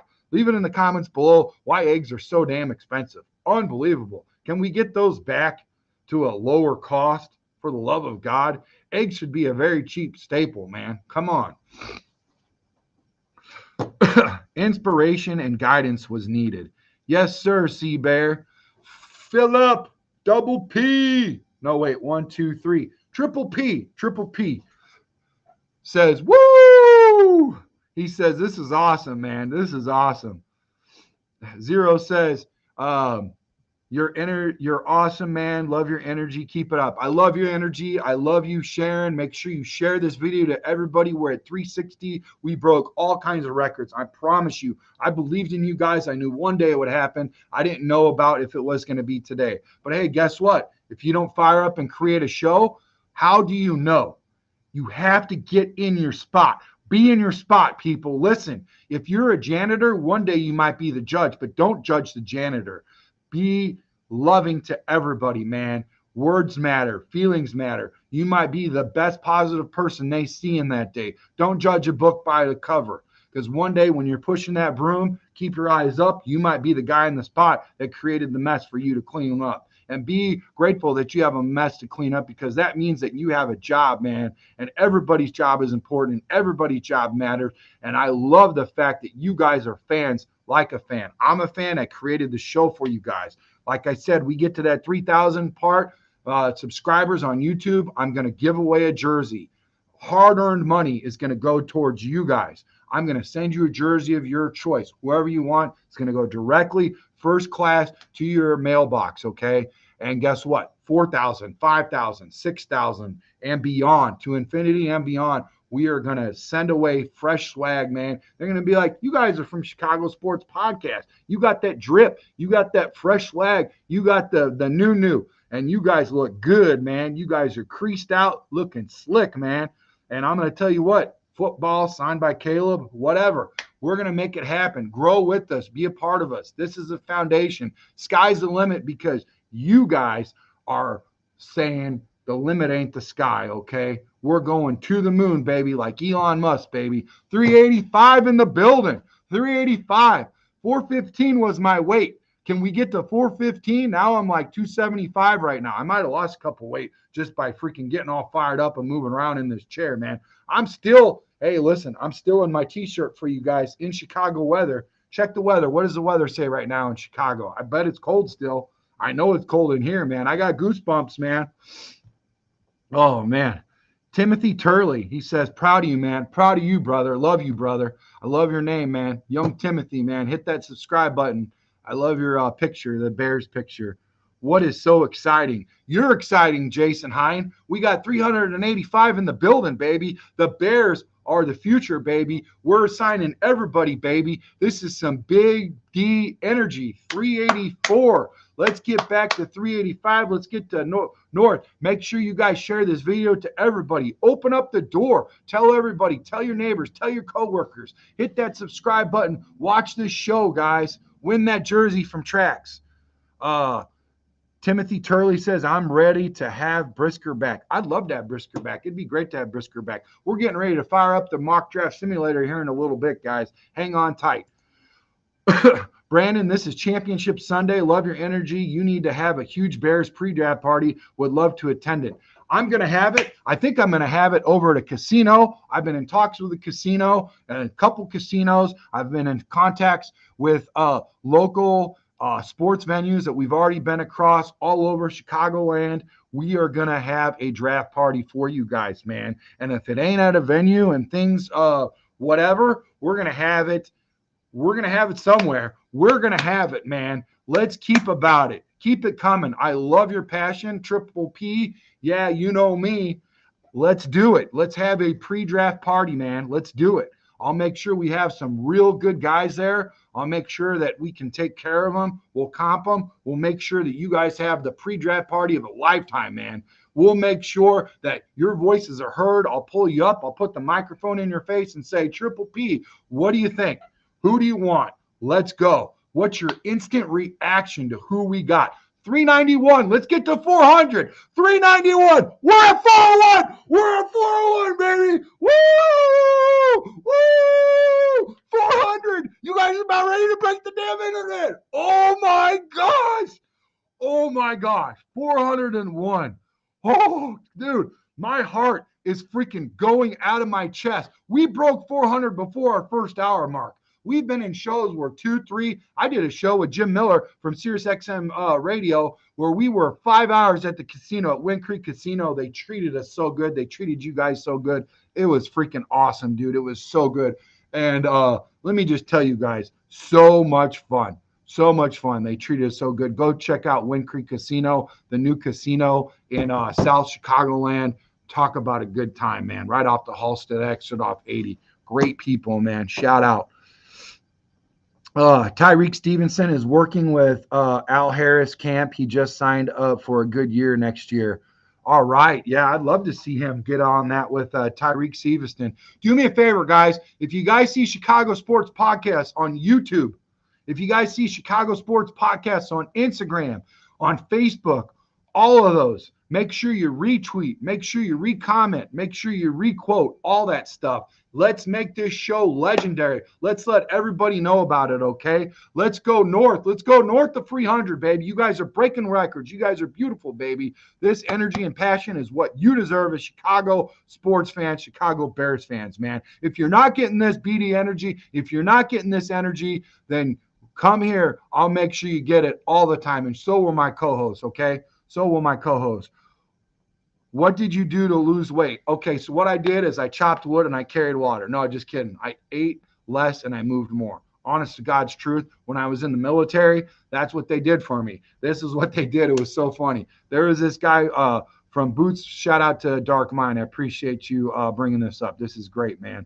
How come I can't see how many people we've got now? Let's go up into here. 404. Okay, 404. There we go. There we go. So what I did is basically in the military, what they had me do is they put me on the Fat Boy program. And I wasn't even that big, dude. I really wasn't. I was just a kid out of high school, you know, from California. And I adopted Chicago Bears. Man, I love Chicago Bears because they have Soldier Field. And this is the place I wanted to move to and start and raise a family with. And I ain't moving, dude. I love this place. You guys are awesome. Love you guys. Love it. Real nice. Real nice. Chef's kiss. So what they did is they had me eat. Like, okay, so legit, when I walked through the chow line at the mess hall, I saw at boot camp in Great Lakes, Waukegan, Illinois, I was like, whoa, look at all this food. This is awesome, dude. This is great. They're feeding us like kings. I just load up my plate. And then there's this dude named Boots. He's from like Arkansas, dude. Shout out if you're watching, man. You're a great guy. We got into it, though, man. We were two opposites, and our freaking drill sergeant put us together, and he made sure that we got it comfortable with being uncomfortable. Yeah. And so what we did was he said, Hyatt, what the hell are you eating there? And I'm paraphrasing because he used some really bad words on the Lord today. I'm trying to do my best to, keep it PG. So he said, Hyatt, what the hell are you doing there? Why are you eating all that food, man? So he took my plate and he switched it with the guy that needed to gain weight. He was like 100 pounds soaking wet. And he's like, this dude needs to eat. He's not going to survive a winter out here if he doesn't eat. And you need to stop eating. So I lost a lot of weight, man. Push-ups, sit-ups, all that stuff. Running. I mean, this was January 14th. The average temperature was 50 degrees below. I'm like running in short, like, Navy SEAL shorts with a T-shirt on, a V-neck T-shirt, and my boots. The snow was up to my knees. I was not ready for it. Long-haired, dude from California wearing a Hard Rock Cafe tank top and surfboard shorts because my recruiter told me, I said, hey, what's it like in Chicago? He goes, listen, kid, you ever watch a Cubs game? Yeah. Okay, it's like that. Oh, you ever watch Ferris Bueller's? Yeah, okay, it's like that. He goes, it's like that year round. It's beautiful in Chicago. That guy lied to me, man. That guy lied to me. So, anyways, that's what I did. I went back to that. I went back to what I remembered. Move more, eat less, a lot of weight. So, anyways, enough with that. You asked me how I did it, so um, enough rant over, okay? But I wanted to touch on that. You guys can do it, man. You guys can do it. You guys, I believe in you. You guys can do exactly what I did, okay? Uh, let's make that pre-draft happen, guys. We can do it. I agree, Timothy. I'm tuning in from South Carolina, California. Moved here in 2012. Grew up Southside Chicago, Archer, and Kedzie. Okay, I'm from Central Valley, San Joaquin Valley in California, like Visalia. I actually was born in the same hospital in San Jose that Jimmy Mack was in, and he was in a prior show. We've had Brian Urlacher, a lot of greats. Here's his jersey signed back here, guys. It's good times, man. Let's do it high noon. Okay, all right. You're killing it. Seabear says, I think and Andy Reid and Mahomes had something up their sleeve for Bills defense. It was eye-opening. Lamar picked them apart, but turned the ball over. Mahomes going to use his playmakers. Yeah, I agree, man. You can't ever bet on those guys. They've just been killing it, right? Eberflus going to Dallas is DC. That guy is shell shocked. Drake Smith, shout out to Drake Smith. Make sure you hit that like and subscribe button. I appreciate you. Turley says, I agree with you, Bear. That's awesome news. Congratulations, Brandon, on your new transformation. Thank you, man. You guys are part of it. You guys inspire me. 50 degrees in Southern California, 8 a.m. here. That's awesome. Paul Gibbons says, Jim Miller is awesome. Yes, he is. He's my co-host, man. He's great. I love him, dude. He's so good. Good dude for sure. Robert Parker says, go Bears. Hell, you get 500. I'll nail a cold beer for you, Brandon. Bear down. I'll have a cold bear with you, brother. Love you, man. Love you, man. For sure. I'm in Orange County, Costa Mesa. Oh, okay. Nice. I like it down there. Let's go. Woo! Turley says, let's go, man. Let's go. 439. Oh, my God. Dude, you guys are at 439. You guys are freaking amazing. Like, I don't even know when to stop this show. Like, seriously, like, I'm at a point right now, guys. Like, you guys are giving me so much energy, my passion. Like, this is what I've always dreamed of. Of course, man, even the small shows are not small. They're big. You know what I'm saying, guys? But this is pretty special. This is pretty good. Bentley, what up, Bentley? How you doing, Bentley? Picks today? Listen, we're going to get in the pre-draft simulator. Let's fire it up, okay? Let's fire it up. You guys want a draft simulator? Why not? Let's do it. Pro Football Focus is our mock draft simulator. We're going to get in here, fire up this dog. Let's get it going. Let's select the Bears real quick. 7 picks. Let's go normal speed. I've been doing that small speed, that slow speed, and it's just too slow. So, you know, if it goes too fast, we can pause it, right, boys? All right, so we got it all set up. Everything's good. Let's come over here. Let's share the screen. Keep it going. It's Championship Sunday Fun Day. Yeah, I agree. And I'll circle back and see how many we got in the building so far. We got 439. Like I said, guys, share this show. Share across all the platforms. Any platform you're on, we're on also. We're on Facebook. We're on YouTube. We're on TikTok. We're on XApp. We're on Instagram. Share our show, okay? Share it off of our show. Make sure you like and subscribe. Hit that notification bell to all. We're going to give away a free jersey once we hit that 5,000 mark on subscribers. Make sure you guys check all of our content out. Here we go with the mock draft simulator. Go. Okay, here we go. Let's share it. Let's share it. Let's get into this. Let's get into the share screen. Mock draft simulator. Boom. Here we go. Entering the draft right now. First pick, Mason Graham, defensive tackle, Tennessee. That's the first time I've seen that. Cameron Ward and the quarterbacks are the next 2 picks with, man, this goes fast, man. Let's hide this really quick. Let's see what we got so far, boys.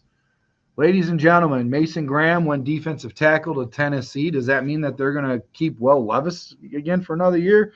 Cameron Ward as quarterback for the Browns. Shador for Giants. Ashton Genty for the Raiders. I've seen that happen again. That was a trade. They traded up with the Patriots, who got Abdul Carter in the 6th.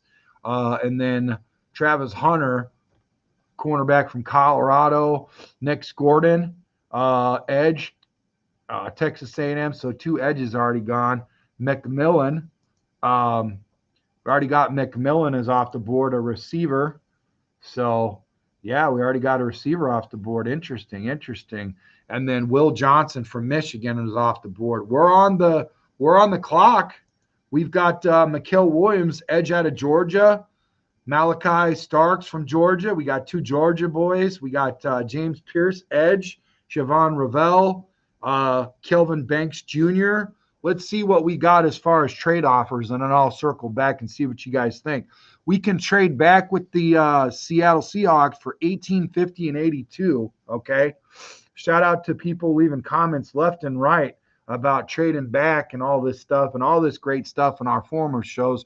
Hopefully they're watching the new show and they know we're live right now. Buffalo says they want to trade us the 10th pick for 30, 56, 62, and then next year's pick for the second rounder. I'm not really interested in that second rounder because we can't use that. Those are both the trade offers. Let's see what you guys say right now in the live chat. I'm interested. Let's get your voices heard right now.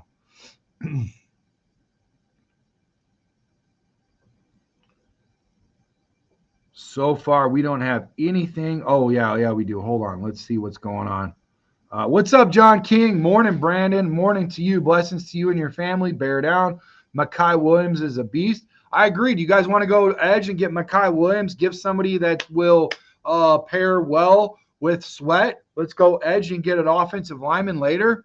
Potentially, we're going to grab a couple offensive linemen in our free agency. So we could go edge. We got 2 picks in the second round. You know what I'm saying?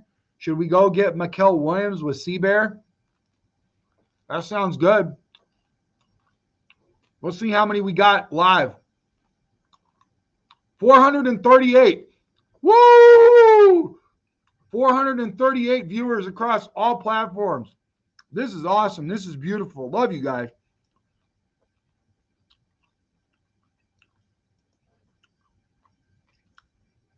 I think the Bears can sweep the Packers this season. I agree. We already beat them in 25 once. Let's beat them twice. Yeah. Paul Gibbons says trade with the Bears. Let's go back to that trade with the Bears. With the Bills. I'm sorry. You know what I meant.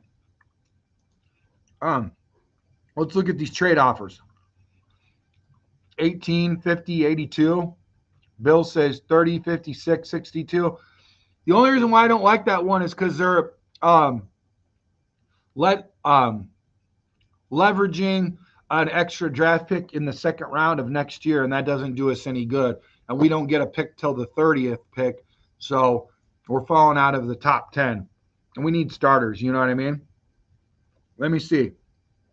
Let me go back. What was the Bills trade? Okay, let me go back to the trade, guys. Here we go. Ready? Here we go. Bills trade was 30th, 56, and 62 and a second rounder next year. If we're going to do one, I like Seattle's 18, 50, and 82. 3 picks for 1. We only fall back to 18. We could probably still get an edge or an offensive lineman. We can also get one in 50. We already have 2 in 40. And then we get another one in 82. So those are 3 picks, man. We can really shore this up. Or like somebody said earlier, we can go get Mikael Williams, the edge out of Georgia. We really need an edge guy. We need some pressure. We also need a line. It's up to you guys. Let me know what you guys want to do, okay? Let's get back into that chat. Triple P says I would not make that trade. Yeah, not touching that Bills trade. What do you guys feel about the other trade, though? Let's go back to the other trade. 18, 50, and 82 with Seattle. Pick 18, 50, and 82 with Seattle. Let me go ahead and make sure you guys' voices are heard. We rejected that one. Are you guys interested in that one, or well, with the Seattle, or just go ahead and make a pick?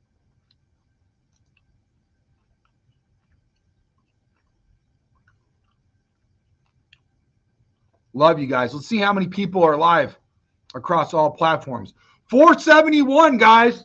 Oh my God. 471 in the building. We're only 29 away. We're only 29 away. We're only 29 away from getting 500. We can do it. Share this show across all platforms. Tell everybody to come in here. Share this video, guys. All our platforms. Go look at Chicago Sports Podcast on Twitter, XApp, Instagram, Facebook, all of that. Make sure they know on TikTok. We're here, guys. Share it. Let your voice be heard. Let them know how passionate we are, how you are about your community. Let's let this place grow, man. Let's let this community grow, man. Woo! 471. Oh my God, you guys broke my original weight. I used to weigh 415. We're way past that. We're almost at 500, guys. Unbelievable. You guys are right, man. We're killing it. It's all about you guys, man. Let everybody know. Share this video. Tell all your friends. Tell all your family. Tell your coworkers to be here, man. We're breaking records on national championship for AFC, NFC Sunday, man.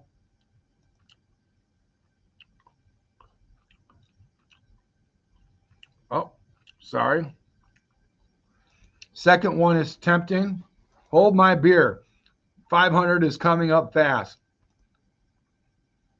Taking Mikel. Hey, listen, guys. I'm on board. You guys know I love offensive linemen. I used to play offensive lineman in college and semi-pro. I love offensive linemen. Everybody said, Tracks, why you got all these Chicago Bears as offensive linemen on our show? Why can't you put any receivers or defensive players? You know, we ended up getting guys.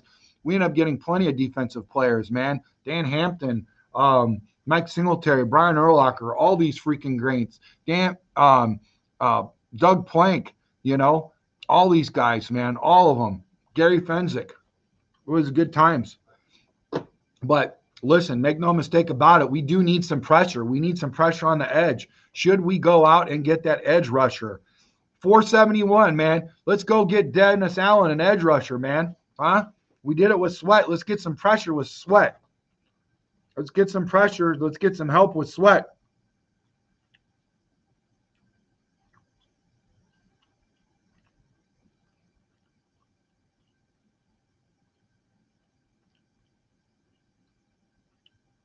Sorry, I got to my co-hosts are one guy's off to church. They're really proud of what's going on right now. And I'm letting everybody else know. You guys are awesome. This is great.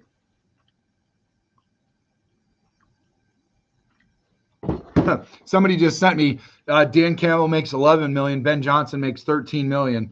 That's crazy. We will find O-line. Okay, John, I trust you. I believe in you. Michael at 10, I would take him. He is the second highest edge rusher behind Abdul Carter. Okay, guys, it's a done deal. Your voice was heard. Your voice matters. Let's get him. So we are going to reject this trade. We are going to go get Mikel Williams. First, I'm going to read off his laundry list to you guys.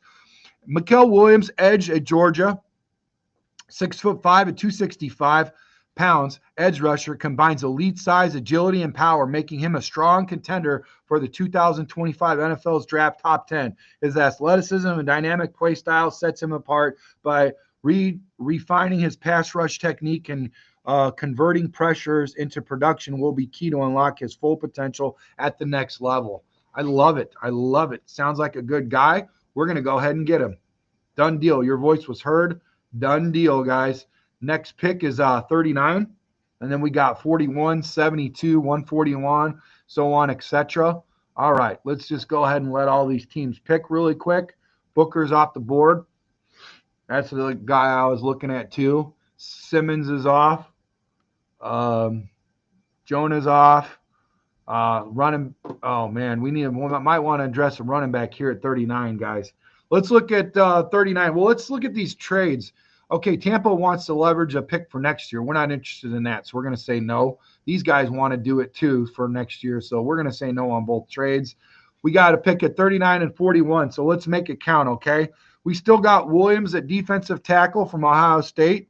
We got linebacker Campbell from Alabama. We could go double up on edge, or we could go wide receiver from Ole Miss, Trey Harris. We could get Jalen Milroe. That would be silly. Quarterback from Alabama. Armand Membu from Missouri.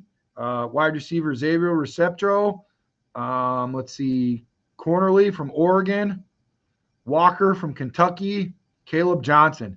I would like to get that running back, Caleb Johnson, at 48 on our 41 pick, but let's see who you guys want at 39. Let me know if you guys think, I think we should go get a running back. We need a running back. Ben Johnson loves a running back. I don't think Swifty can do it all on his own. What say you guys? Let's get back into this live chat. Let's talk about it, guys. Let's see how many are in the building first. 505 in the building. Oh my God. We broke the internet. We broke the internet. Woo! 505! 505! Oh my gosh. I got to take a picture of you beautiful people. 505 in the building. Oh my gosh. My heart can't handle this. Oh gosh. 505. Woo! Look at you beautiful people. This is going down in the history books. I love you guys. You guys did it. You guys, hey, words matter. Action matters, guys. You guys are awesome. You guys are awesome. I don't even know. Like, I have all the faith in the world in you guys. Like, you guys are moving mountains, baby. 505 is unbelievable. Oh, man. Whew. I need to settle down. How does Ric Flair do this all the time? How does he do this all the time? How is he still alive? Oh, my gosh. All offensive line at 39 and 41. Okay. What up, Big Rig? He would be a perfect complement with Swit. We got him, baby. We got him. Dexter Sr. shines. Now we got another edge. Okay. I got you. Okay. Offensive line. Let's get one at 39. Let's get my running back at 41, Triple P. I'm telling you, man, let's get him. I think we're going to grab a couple guys out of the or we could get running back with our next pick after that in the 70s. All right, let's go double down on offensive line. Let's go see who you guys want on offensive line, okay?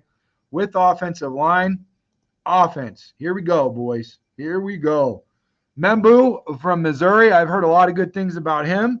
I've heard a lot of good things about Cornerly. Those are both offensive tackles, though, guys. Donovan Jackson from Ohio State. We could go grab him, or Emory Jones. I really like me some Emory Jones from LSU. What say you guys? What do you guys want out there? Let your voices be heard, man. Let's see what you guys got to say.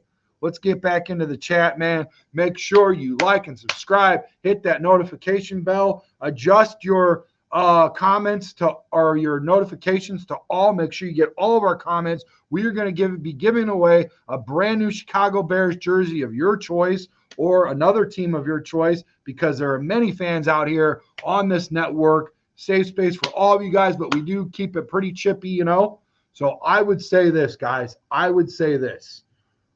Once we get to that 3,000 mark for YouTube, we're going to give away a jersey. 4,000 mark of subscribers, giving away a jersey. You guys are going to take a lot of money from me this year, but I don't care. Fresh swag, baby. You guys are going to be looking good, baby. You guys are going to be looking clean, okay? Want to make sure you guys look good out there in all your favorite Chicago Bears and Chicago sports gear. Interior line and center with 39 and 41. Okay, that's a done deal. That is a done deal. Let's make it happen. Let's make it happen, baby. Okay, so we can pick up Dobbins from the Chargers. Perfect 12 was 1-2 with Swift. Yeah, I see what he's saying. He wants like a Sonic and Knuckles deal. Okay, let's do it. Let's do it. Share this video, guys. We're past 500 viewers across all platforms. Live right now. Live right now. Let's get a big Ric Flair. Woo! Share this video. Share this video. This is a great video, guys. You guys are breaking records today. All right, let's do it. Let's get back to the mock draft, okay? Interior line. Let's go interior line.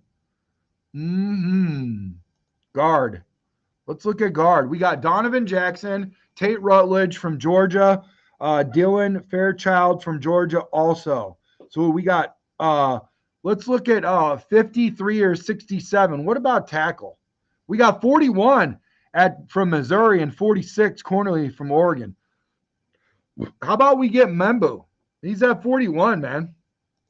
He's right there for the taking. Let's see what he says. Membu is a powerful, athletic right tackle who brings a rare combination of strength and technique. A true standout in Missouri, he thrived against top-tier pass rushers, proving himself as one of the most battle-tested blockers in the country. His dominance in 2004 speaks for itself, making him a steal for New York and a cornerstone for their offensive line. He thinks that he's gonna go to the freaking New York. I got news for you, baby. We're swinging big, baby. I say we get Membo. What say you guys? Who do you guys want out of this draft? Need more move right to left side. And if OSU running back at 32 falls to 70, he reminds me of a former Buckeye back, Raymond Harris. Okay. All right. I say we go get this guy. Armand Membu. I think that's our guy from Missouri. What say you guys? Then we'll go get a center at 41. Or we could go left tackle, and then we could go guard, left tackle and guard. There is a really good center in the draft from let's go take a look at him. He's from Georgia. He's at 112, though. I think that's a reach. What's our next pick? Our picks are, we could pick him up at 72. Let's go pick up our center, Jared Wilson, at 72. Okay, so we'll go triple threat offensive line, or do we want to grab a defensive tackle? We got some good defensive tackles. Look, Tyleek Williams is 27. He's still available at Ohio State. And then Campbell is right there. What do you guys think? Talk to me.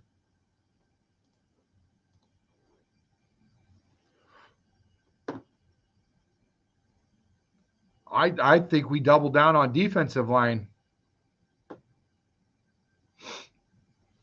But I do think we do need a guard. Tell you what. You guys said you wanted offense. I'm going to pick best available offensive lineman, okay? And that's going to be Membu. Hope you guys like him. So we got Michael Williams at edge. They want to trade back. I don't like that because they want to leverage next year's. Let's reject both of those. At 41, we need to pick up a burner. We need to pick up somebody that's going to be an instant starter. I like Tyleek Williams, defensive tackle, Ohio State. I know we need a running back. Maybe we pick one up in 72. We could pick up that maybe we trade back from 72 and get multiple picks at 72, and then we could still get a guy later on. You know what I'm saying? 2-for-1 type. What do we got in the building? 519 in the building. Oh, my God. We're almost at 520. We're almost at 520, guys. You guys are awesome. Big boy.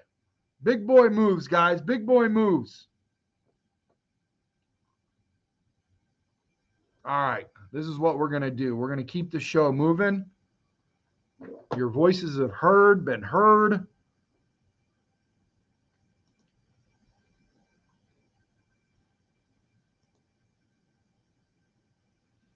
$41.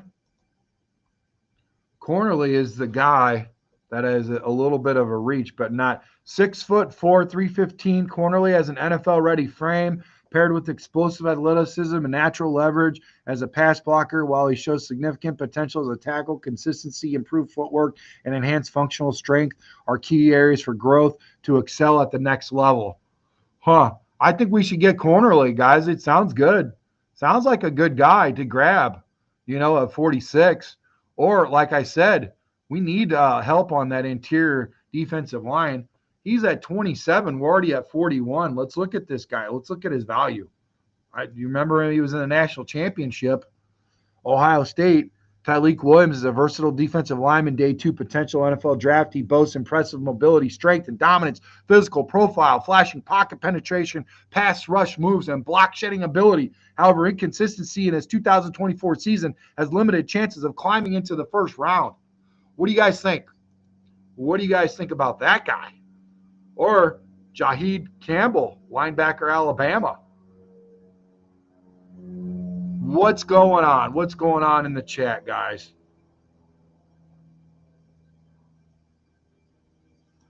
Watts, like Chris Foster said. Chris Foster says Watts. Cheers. Is Jenkins coming back? Okay, I'm having that beer. That's awesome. Watts. Where's Watts? Watts?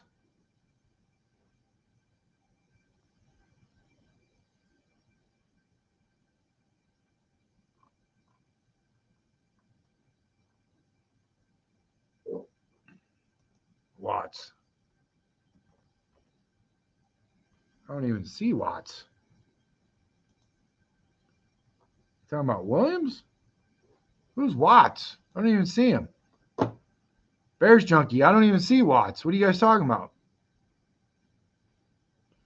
Any offensive lineman from Ohio State and the University of Georgia. That is the plan. That is the call. Is Jenkins coming back? We don't know yet. That's a good question. I think that should be cheers, brother. Cheers to all you guys. We broke the internet. We got over 500 in the chat across all platforms. Right now, we're sitting at 539. 539. Oh, breaking development from Nick from Just Another Year.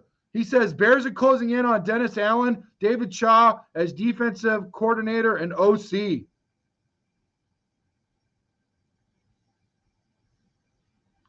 Wow. All right. Yes, baby. Yes. Okay. Yes, sir. Yes, sir. Guys, remember, 39 years ago, today, the Chicago Bears dominated Super Bowl 20 and brought the Lombardi Trophy home to Chicago. Defense, of course, leading the way. Would be a great day to sign Dennis Allen. Sounds like he's coming. Sounds like he's coming, guys. So, all right, let's get back to our draft, guys. Let's get back to our draft. I'm having a Guinness Draft Stout right now for you. Congratulations, Brandon, for surpassing 500. Cheers, Bear fans. Bear and beer down. Yes, down the hatch. Down the hatch. For sure. Let me check this out. Let's see if I got any news.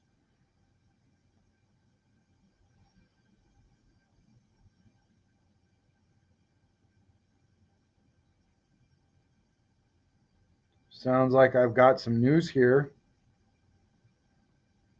Okay, it's developing. Nothing's concrete yet, so I don't want to say it. But, yeah, things are developing. Things are looking up, guys. Things are looking up. That's all I can say. Okay, Notre Dame safety. I do like the Notre Dame safety for sure. Let's go get him. I'm interested in him for sure. We've got a lot of needs. 539, guys. Can we get to 550? Can we get to 550, boys? All right, let's go back to this mock draft simulator. We're going to grab Williams at defensive tackle. We went down and doubled down in the trenches. First, we got an edge from Georgia, Michael Williams. And then we got Armand Membu, offensive tackle, Missouri. And then we got Tyleik Williams from Ohio State at 41. Next pick is 72. So let's see if they want to trade back with us or what happens, Let's check out the draft. We're getting ready to come up on it right now. Make sure you hit that like and subscribe button, guys. Okay, the Lions want to trade with us. Nope. And so do Atlanta. Like I said, I'm not interested in any trades for next year because we're drafting this year, right, guys? Right now, we got an edge available. We got Quinshawn Judkins, that running back from Ohio State. Let's go look at running backs, guys. Let's go take a look at running backs right now. Let's see who's available. Let's see who's available. We got Quinson Judkins from Ohio State, Scatabo. We got some running backs there.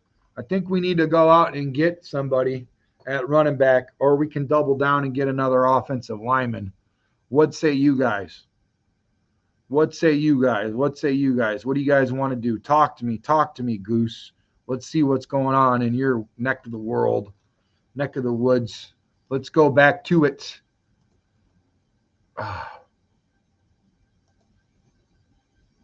Who did we pick at 39 and 41? He was on the phone. Okay, let's see. Let's go back at 39 and 41 to go take a look at who we picked up so I could show you. I could tell you, but I'd rather show you. 39, we got Armand Membu, offensive tackle from Missouri. And we got Tyleek Williams. He was a high 20th pick, almost 30 actually, at defensive tackle. So we got a defensive tackle, an offensive tackle, and an edge. Those are the picks that we have so far. What would you guys – now that safety that he's talking about,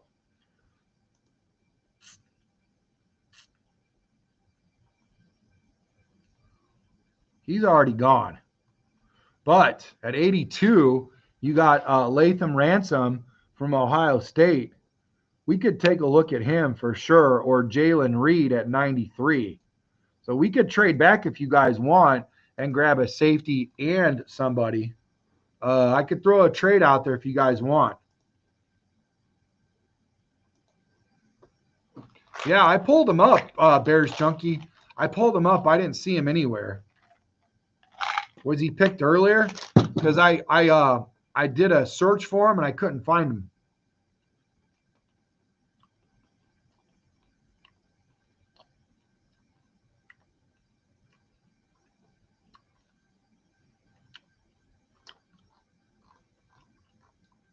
Anyways, all right. Enough going down that rabbit hole. What do you guys want to do? Let's hear. Let's get your voices heard out there. Talk to me. What do we got?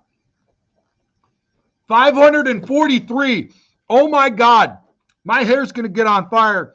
We're almost at 550, guys. This is freaking amazing. You guys are wonderful. I'm going to go grab a drink myself.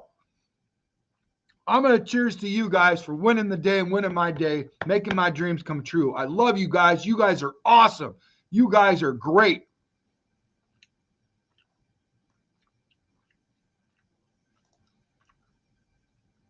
Pick up a running back here. All right, Triple F.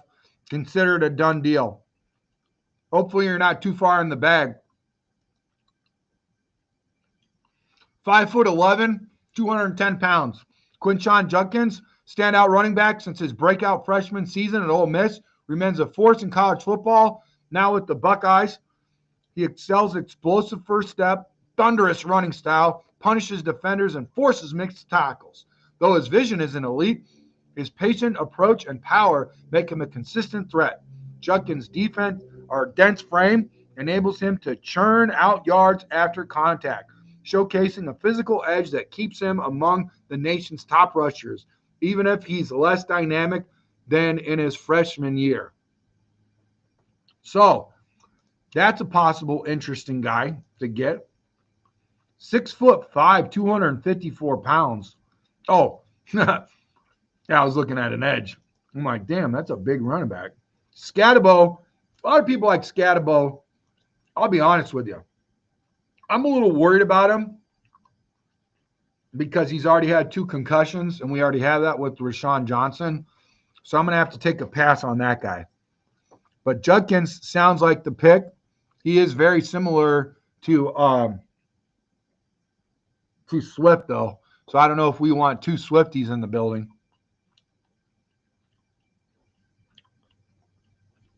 Look at Donovan, easy edge from Boston College.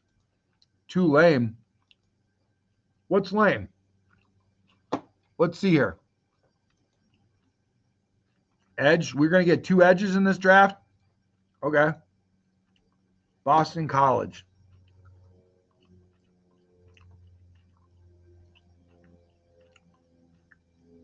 He might already be gone. I don't even see him.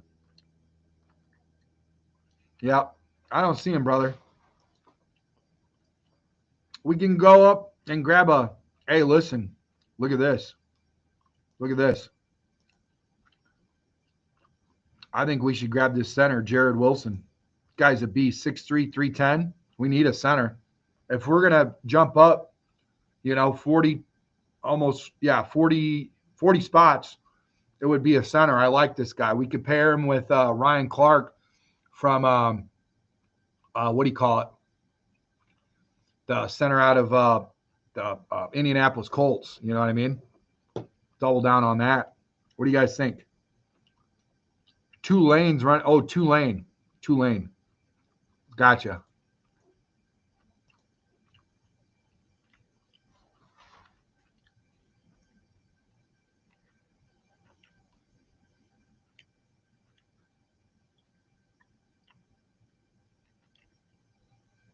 Two lanes running back is gone, right? We're in the 400s down there. We're spending a lot of time on pick 72, man. Jeez, oh, Pete. Whew. I don't know. If we all really want to get a running back, I say we get this kid out of Ohio State. If not, let's double down on the offensive line. Let's go grab you guys. This show, oh my God, I just looked. Look at this. Look at this. This show is going on 1 hour and 40 minutes, and your boy Tracks is still in a t-shirt. I'm doing this for you guys, show for you guys. This is your show, guys. I'm in a t-shirt in the dead of winter in Chicago in my freaking garage. Got a heater going. That helps, but you guys are providing the energy. You guys are providing the fire and the power, man. Love you guys, man. We're breaking records today. For all you guys that just tuned in, we're at 566 shots.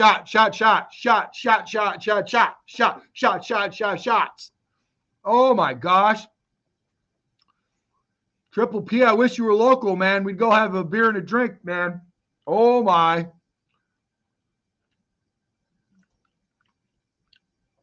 I think we should draft a running back here.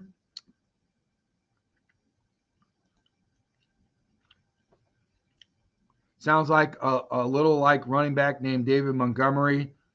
2 lanes running back. Yes, draft a center. O-line center here. Okay, we are going to draft. So should we trade back and get that? Or we were wasting too much time? Let's go. Not wasting, but you guys know what I mean. Not a waste.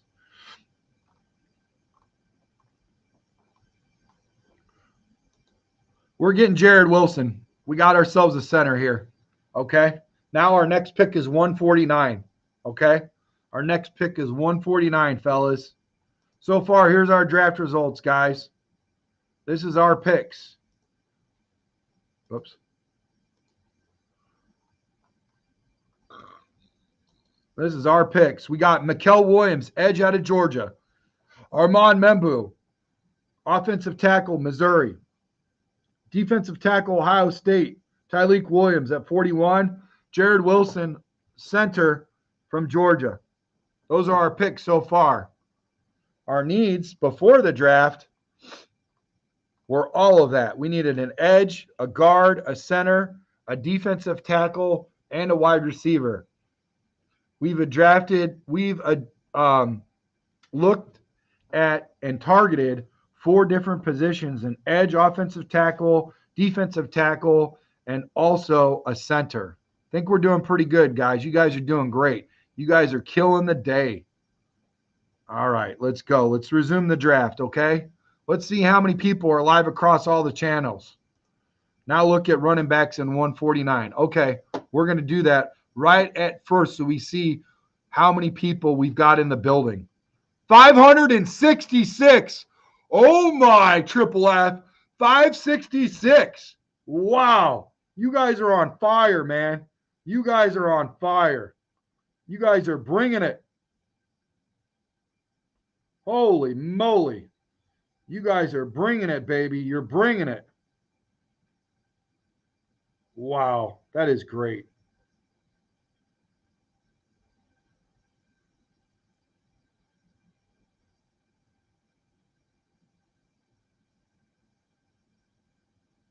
So good. 33 likes. Let's get those likes up, baby. Let's get those likes up. You guys are awesome. 566. Okay, let's go look at Triple F has spoken. We're already at 149. Now let's go look at running backs. Triple P was saying, sorry. Rasheem Sanders, running back from South Carolina, Tennessee. Dylan Sampson from Tennessee. 2025 NFL Draft boasts an impressive class of running backs, and Dylan Sampson stands out among the Volunteers' star dominance in the SEC, leading the conference with basically 1,500 rushing yards and 22 touchdowns while displaying exceptional explosiveness and elite vision. I like that. How about that? I want to know what his height and weight is. That'd be interesting to know. Does anybody know? We don't have any information on this South Carolina guy. What about Kiner from Cincinnati? Nothing on him. RJ Harvey from UCF. Taj Brooks. Five-year player, Lubbock, has proven to be a durable, consistent force. While he's carried plenty of wear, Brooks remains a bowling ball of a back. 5'10", 230 pounds. Guaranteed 3 to 4 yards per carry. Fits NFL renewed appreciation for tough, dependable runners. I don't know. That doesn't spell like gotta have him. You know what I mean? Khalil Mullings from Michigan. Let's see what you guys think out there in the chat. Bears will be a playoff team this season. Robert Parker, I believe. So you're right. Chrome Dust says, shout out to Chrome Dust. Make sure you hit that like and subscribe button. Appreciate your view, man. Hit the notifications. Shift that adjustment, the options to all, so you get all of our input. At the end of an all, you don't miss any of our shows or any of our content, Chrome Dust and everybody else, first-time viewers. You will receive a free jersey once we reach the 3,000 subscriber mark on YouTube. Okay? Anybody that hits the comments, anybody that hits the likes, whoever is the most productive at their 3,000 will get a jersey courtesy of you, shipped to your house. Chrome Dust says Bears have a legit shot at winning the division this year, just need a decent draft. I agree. So with that being said, in our draft, this is who we have available. We could go get Dylan Sampson from Tennessee at running back, or let's see who's available before him. We could get an Old Miss Jared Ivey, edge, a defensive tackle in Jamari Caldwell, or an offensive lineman from William and Mary. Or we could go grab a linebacker. There's a linebacker available from Oregon. Or we could go get a safety. I know we've been talking about a safety. They said we needed a safety earlier. Should we address that? Should we look at safeties? What about this guy, Malachi Moore from Alabama? You can't go wrong with getting a guy like that, huh? How about we get a safety? You guys really think we should get a running back? I know we're in need of safety for sure. What say you guys? What say you guys? What are you guys thinking? Talk to me. I need to hurry up and finish this. I need to go have a beer with Triple P, man. I need to celebrate. This is great, guys. This is great. So we're looking at running back or safety here. I don't know too much about this running back. I'll be honest. Kind of waiting to hear back from you guys.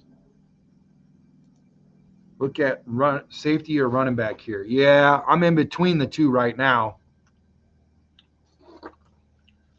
What's up, Bradley? Appreciate you, bro. Listen, look at your hair's going to get on fire right now. 585.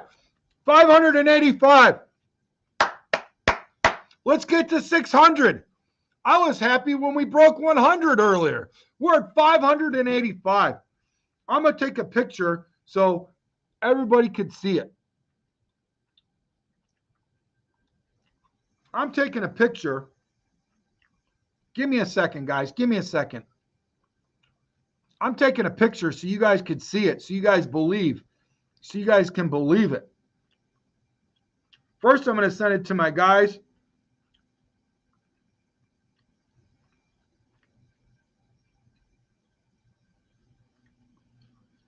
And our staff who've been riding and dying with me. They're my ride or dies. And now I'm going to share it on studio. So bear with me a second.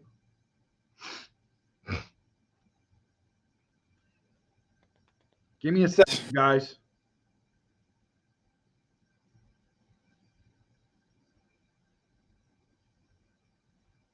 Hold on. Hold the phone. I'm going to do this really quickly. Where's it at? Background overlays. Okay. Photo. Boom. Boom. Show you guys some of the work that we've been doing. Lots of work, guys. Lots of work.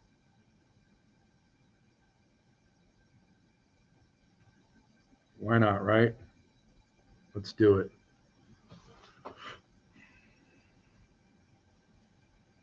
Okay, here we go. Shut this down. All right, he's out of there. All right, here we go, boys. Here we go. All right, sorry, guys.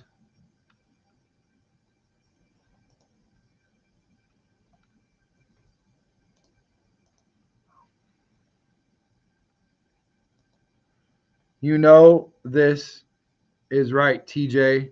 Irish says, should people with Tourette's be allowed into a bingo hall? Oh, come on, Irish. Come on, buddy. Come on, man. Let's have some love for everybody, okay? 597. 3 more, and we break 600. 600 live across all platforms. Oh, my. Oh, my. Let's get to 600, guys. Let's get to 600. Triple P. Yeah, you know me. 2 drinks and a shot, baby. 2 drinks and a shot. I'm calling my buddy. I'm calling my best friend who does all the shows with me. I'm calling him right now and letting him know. I might even see if Doug Plank's available, see if he can get on the show with us. I don't know what he's doing right now. He might be busy. Let me break the news with him. This is huge. Even on the big shows that I watch, dude. Like their chat, like it's big, but this is huge. This is monstrous. I owe it all to you guys. You guys are amazing. Your call has been forwarded to an automated voice message. Of course, I can't get a hold of him.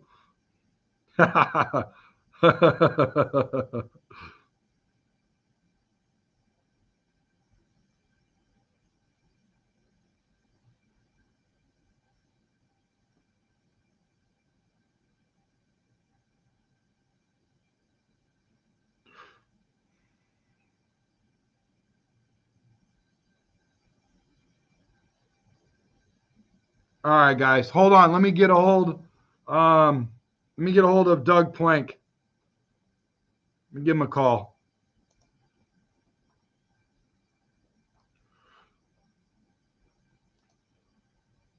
If I had something in the building, I would.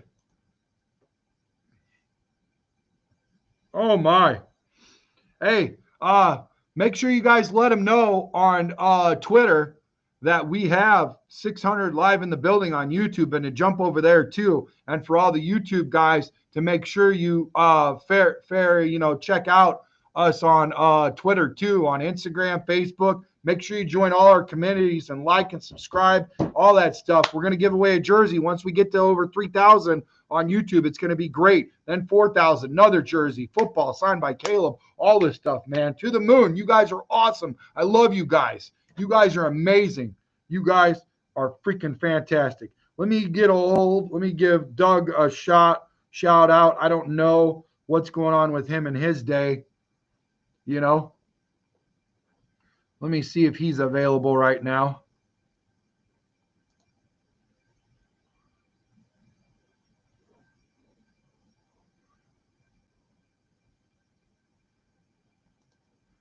You got Ben, but you didn't get Hank. You can't have everybody, buddy. You can't have everybody. But I wonder who the Lions would rather have. Would they rather have Ben, or would they rather have Hank? You know what I'm saying, Funky? Somebody get Brandon a freaking 12-pack of cold beer. I wish you lived close to me, Triple P. I know you would. I know you would. Let me call Big Game James. Let's see where he's at. He's a local guy. He's a local guy. All right, let's get back to the draft. What were we looking at? All.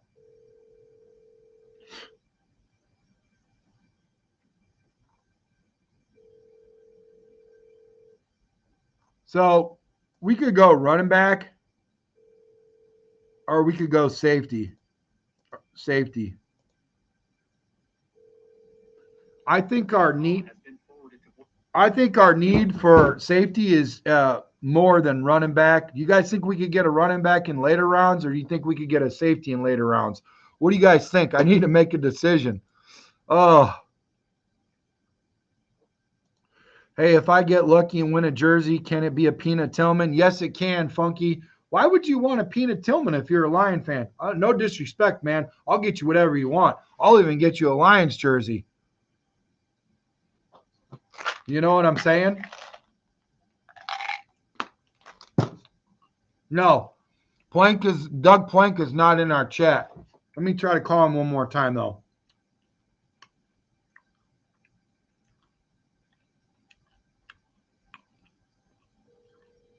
See? I'm calling him.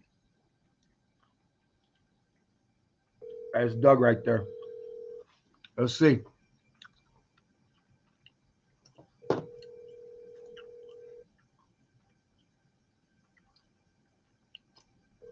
We do live tailgates at first. Telephone number 4. We do live tailgates. We go to the one that's right like 0.7 miles from Soldier Field, guys. Yeah. It's great, man. It's huge. Thousands of people are there. $50, all you can eat, all you can drink. It's awesome. It's a good time. I bring Bears alumni there for the Wounded Warriors and all that, for other Bears fans, everybody. It's a really good time, man. So I'm going to be bouncing around to all the tailgates this year. Unless I'm up at the casino, it's really hard to say what's going to go on. Maybe the tailgate will be at the casino. Who knows? We got a lot of plans this year, guys. Hang on tight. You guys are all a part of the show. Make sure you hit that like and subscribe button. Click the notifications on to all the notifications so you don't miss nothing. Hit the trifecta. Make sure you guys are active. So when we reach our first 3,000 subs, you get a free jersey complimentary from your boy Tracks. For sure. That sounds like an Uber ride for me. Yeah. They've also got rickshaws, like the bikes and then the carriages that you can ride in and all that. It's a good time. It's a good time for sure. Yes, sir. Yes, sir. Let's see where we're at right now. Anybody, let's get back into this draft. Let's finish this draft up. 616! 616! 616! Oh, my. Yeah, Peanut's one of my favorites too, man. I love Peanut. Hey, what are you doing? We got 666. We got 616 live right now. You're actually on the air right now while we have a live show going. 616 live in the chat, man. We broke all records, so I was going to give you a call. Everybody wants you to meet me up and have a drink up at Bridges, a beer and a shot. They say, I worked my butt off.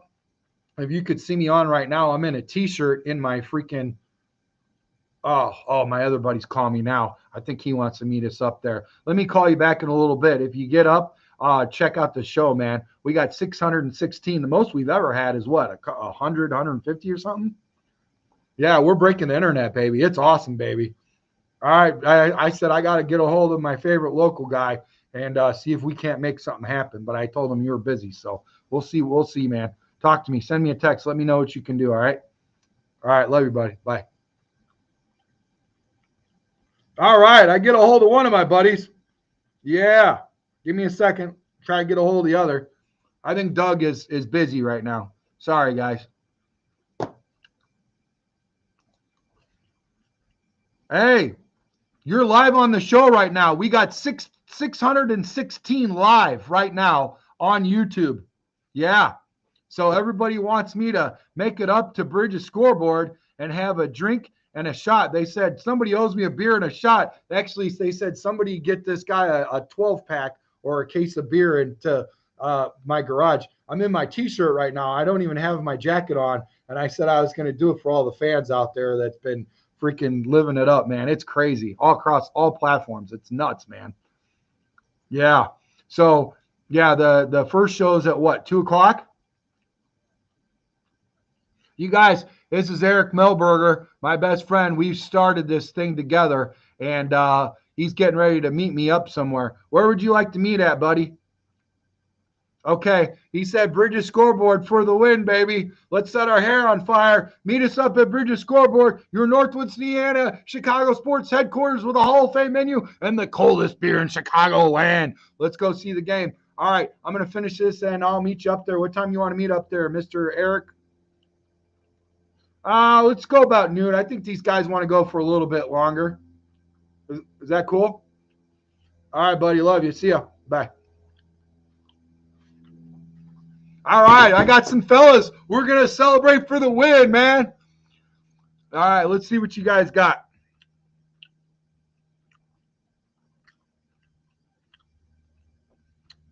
Yes, you did, Timothy Turley. I think you're probably a little too far to meet me. I'm going to have another cold beer. Damn, this is fun today.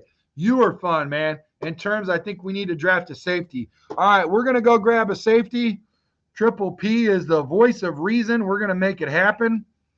Here we go. Next pick is 204. Don't worry, Turley. I ain't forgot about you. It takes a village. It takes a village. You were one of the first. You were one of the founders, Timothy. Appreciate you, buddy. Love you, man. You're great. Love your energy. Love your passion. Love your energy. Love your passion. Love all you guys, man. It takes everybody. 616. Let's share this show. Let's share this video to everybody across all the platforms. Bradley's holding it down on XApp, Twitter universe. Somebody's holding it down in Instagram. I mean, we are setting the internet on fire, man. Like I said, hang out with us. Check out all Chicago Bears content. It's a little cold. Hear that? It's crumpling. Oh, I'm glad I didn't freaking drop anything on the dang computer. You know how that happens sometimes. At 204, definitely a running back here. I don't know. I need to grab somebody that really knows the running backs. You know what I'm saying? Can you Google that really quick, Triple P, before you start seeing double feeling single? Can you Google who's available around 204 for running back in the draft that's worth anything? We're already there. Man, I like this regular speed draft. This is good. We got Trevor Etienne from Georgia. That's a solid strength. 5'9", 205. Well-leveraged runner with a low center of gravity, a decent compact mass, effortless accelerator with rocket propelled explosiveness loaded in his lower body. He's an instant accelerator to clear early contact threats, surge at the second level. Weakness, long speed while superb, may be a notch below the elite mark, is below average size overall, with only decent mass at best for his frame. Doesn't have great mass, which can impact his ability to bolt through tackle attempts. Let's see. Arkansas, nothing with him. Oops. What's going on here? Damian Martinez. Boasts rare compact mass, carries 240 pounds as if 20 pounds lighter, has superb explosiveness out of cuts and can plant, go on second, relatively fluid for his size, and is shown to swerve and weave through crowds. Weakness, lacks visibility, lacks elite long speed, which can impact his ability to reach the boundary. Slight hip shiftness derived from frame can cause delays. Despite fluidity, doesn't quite have the flexibility to make success for sharp transitions. This guy sounds like a Knuckles. He's like a Knuckles type guy. You know what I mean? I would say. So for sure. Yeah. So let's see. Donovan Edwards. I think we looked at him earlier and didn't come up with anything. Memphis guy, nothing. I say if we grab a running back, we grab Trevor Etienne. What say you guys? Okay, we're going to grab him. We're going to grab Trevor Etienne from Georgia. That's a done deal. I think that completes our draft, boys. Oh, no, we got another one at 235. So what do you guys think? So far in this draft, who we have gotten, I keep trying to go to my picks, but it keeps squirreling down. Such a fast draft, you know. Such a fast draft. Let's did we grab a safety? Yeah, we grabbed a safety. We got 235 and 242 available still yet, boys. What do you guys think out here? Should we grab a linebacker, a cornerback, or another defensive tackle? What do you guys think, man? Sanders, Shiloh Sanders at Colorado. What are you guys looking at? You guys see any nuggets in there? So many nuggets? I'm putting the coat on. We're almost done with the show. I appreciate everything you guys have done for me. You guys are amazing. Thank you for making miracles happen. Oh, man. He quits drinking. Okay, good for you, buddy. Good for you. Good for you. This is what I'm going to do, guys. Let's take a look at Jack Kaiser from Notre Dame. Noah Williams.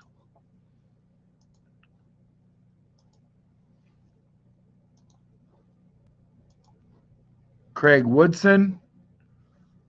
California Golden Bear safety. Craig Woodson brings versatility, physicality, less quick instinct, smooth hips, and ball. Valuable defensive chess piece. I think we go double down on safety, boys. I really think we need another safety. Honest to God's truth. What about Deion Burks? Nothing available on him, huh?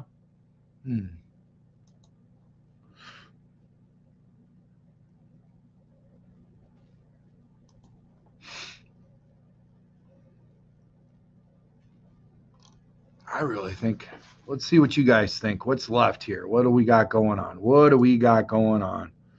What up? What up, Montana Chai? Hit that like and subscribe button, buddy. We're breaking records today, baby. Oh, I love that picture. That's great, man. That's a great picture there. 619 in the building. Let's get to 620, man. We're breaking records. Like I said, giving you guys a free jersey. Once we get to the 3,000 subscribe mark, whoever's got the most activeness, who's ever the most active, is going to get themselves a jersey from me, man. This is great. This is great, guys. This is amazing. Across all platforms, we have over 619 in the building. Wow. Oh, yeah, let me show you guys those pictures. I didn't show you guys the pictures yet. I was supposed to show you guys some pictures. Here we go. Look at. Where's it at? Right here. Look, 585 earlier. That's how many views. See that eyeball? That's the views. Here's some of the stuff we've came out with. See that? Some good-looking stuff there, man. Some good-looking work. We're breaking all kinds of things. We've got all kinds of shows, all kinds of good content, man. This is a fun time. This is a fun time for all, guys. Fun time for all. 619 in the building now. Subbed. Appreciate you, man. Appreciate you so much. You're awesome. You guys are all awesome. Love you guys. Love you guys. New sub. Ring the bell.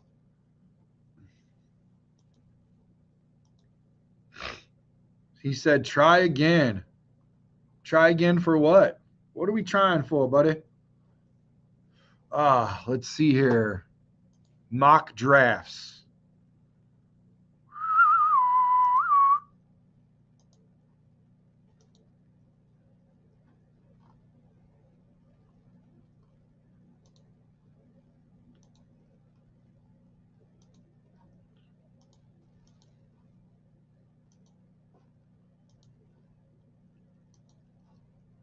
Let's get Kaiser from Notre Dame. We don't know much about him, but let's go ahead and get him.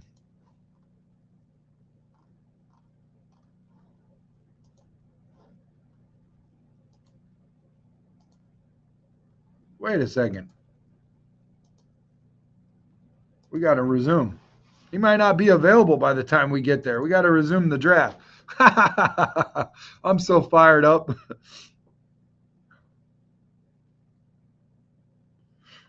Oh, who did we take at 10? Oh, you don't feel sorry, bud. You go back and look at the show again. Tight end. I should be running around my neighborhood by now, man. Believe me, I'm excited. Makai Williams at 10. Yeah. Yep. All right, let's see. I agree, man. This is such a great day. I'm so glad I got to share it with you, Philip. It's nice to share this with everybody, man. This is awesome. This is a personal feat. Let's go get Kaiser. We got Jack Kaiser from Notre Dame.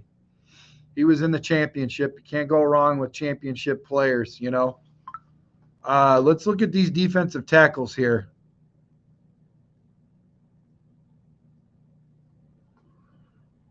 Six foot 4, 320. Clemson. You can't go wrong with Clemson guy. For sure.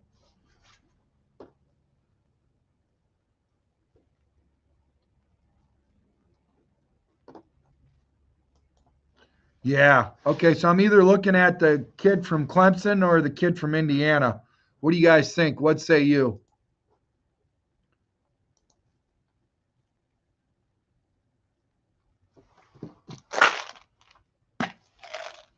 I'm looking at the kid from Clemson or the kid from Indiana for defensive tackle. Why not?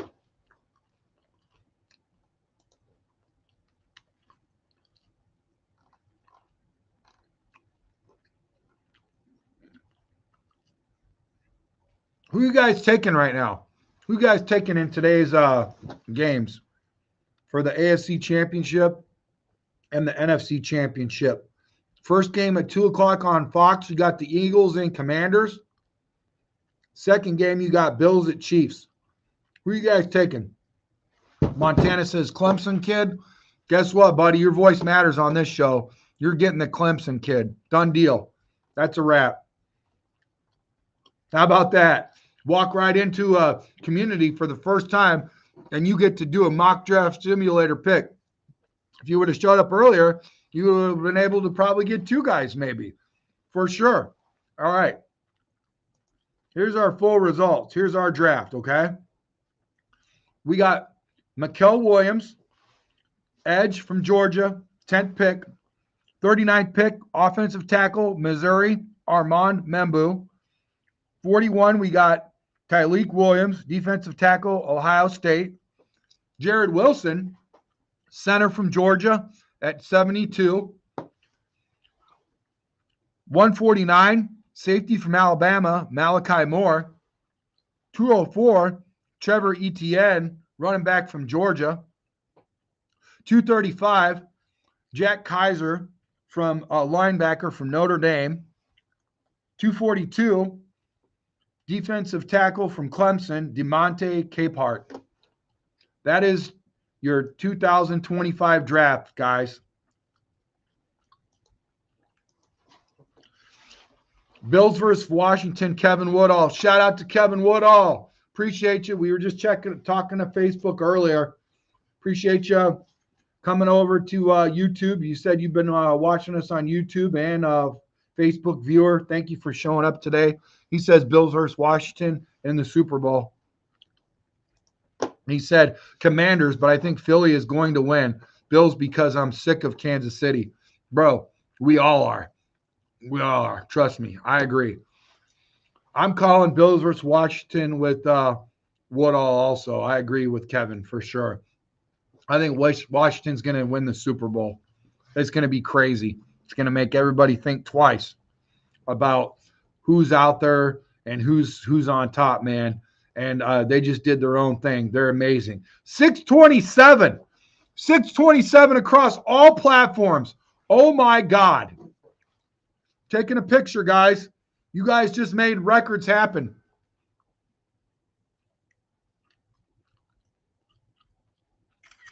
You guys are the standard. And you guys have been the standard. Love it, baby. Love it. Be the standard, baby. You guys are awesome. Make sure you guys subscribe to everything, like everything, comment everything. I'm going to give a jersey away once we hit 3,000 mark, okay? I'm going to go drop this in really quick so you guys can see it.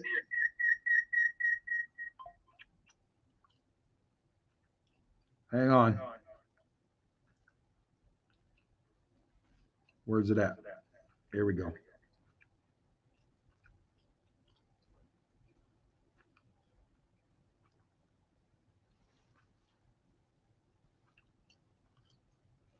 You ain't going to get this.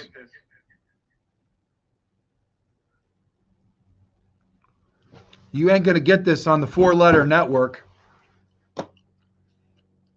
You ain't going to get this on a 4-letter network. You're not going to get this on ESPN. You're not going to get this on 3-letter network. You're not going to get this on ABC, NBC. You're going to get this at Chicago Sports Podcast because your voice matters. We pull up your name for the whole world to see. This show is going to be known forever. It's going to go down in the record books. And guess what? You guys are a part of that. And guess why you guys matter? Because you guys are a fan. This show is created from a fan for a fan. I love you guys, man.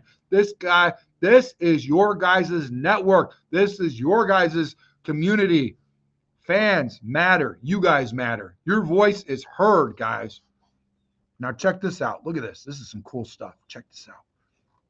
I got to share this with you guys so you guys can see all of you guys sending out all the videos, letting everybody know that we're here, that we've got some history going on, that it's really cool to be here. Look at that. 627 views. 627 views. Our show's been going on for almost 2.5 hours, guys. Most of it's been you. A lot of it's been me, but a lot of it's been you guys, man. It's been great, man. It's been a great show.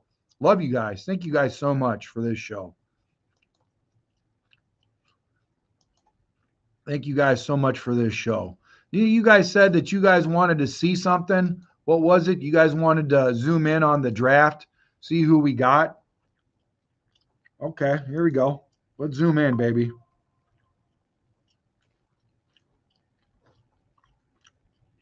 That's as far as I can get.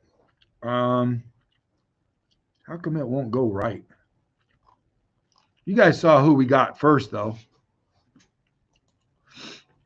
There to the left, you got drag to move. Let's try that. I don't know what's going on. Trying. There you go. Is that better? Oh, I got an idea. Hold on. I'm out. I'm out kicking my coverage to today, guys. Our last pick was DeMonte Capehart, defensive tackle from Clemson. Mikael Williams, edge from Georgia. Armando Membu, offensive tackle, Missouri. Tyleik Williams, 41. Jared Wilson, offensive or center from Georgia. Malachi Moore, safety from Alabama. Trevor Etienne, running back from Georgia. Jack Kaiser, linebacker from Notre Dame. DeMonte Capehart, defensive tackle from Clemson. Listen, I think we guys nailed this draft. I think you guys are amazing. 627 in the building, guys. You guys got it. Good job, guys. Hell yeah. Great. Let's reach 1,000 views. Listen, I need to go get that drink, Parker. Parker, you really want me to hang out here, bro? I want to hang out with you too. Believe me, I love you. But I need to go celebrate, man. You guys are amazing, man. Hey, listen, that doesn't mean that we can't reach 1,000 views after we're not live. This is going to be a force multiplier. As soon as this show's over with, people are going to keep coming in, Parker. I agree. Parker, come on back the next show we do. Make sure you hit that notification bell and go to the options and select all notifications. Make sure you are a subscriber so you get all of our content. Chicago Bears, Chicago sports, Chicago everything. We do shows morning, noon, and night, baby. We are dropping it like it's hot, baby. We are here for you, baby. We got some BD energy, baby. We're here for you, for a fan, from a fan, for a fan. We love you, man. Let's party. It's Championship Sunday Fun Day, okay? Come on to Chicago Sports Podcast on Facebook. Message me. Let's get in the inbox. Let's go on Instagram. Message me there. Let's get on X app. You can message me there, comment there, drop all the live content. You guys check up on all the latest from all of our inside sources, from Chicago Bears, from Hall of Fame, everywhere, guys. This is a community for you guys, man. We love you guys, man. Enjoy the day. Be great today. I'm pretty much getting ready to check out. I hope you guys, 640 in the building. Man, woo, 640 in the building, baby. Yes, one more picture before I take off. Keep sharing it. Keep sharing this show, guys.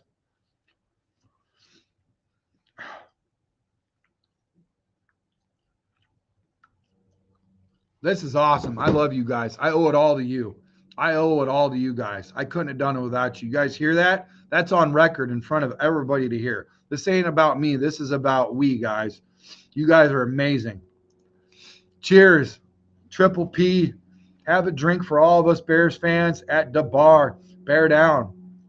Robert Parker says it's done. Yes, sir. Yes, sir. Appreciate you, bro. Love you, bro. Love you so much, guys. I mean that from the bottom of my heart. You guys are fantastic. Fantastic, guys. You guys got any final words? Any comments? I'm going to do a show later on if we get Dennis Allen. You know, let's do it. Or when we get Dennis Allen, not if. Still frozen. Oh, here's Doug Plank. Doug Plank just called, guys.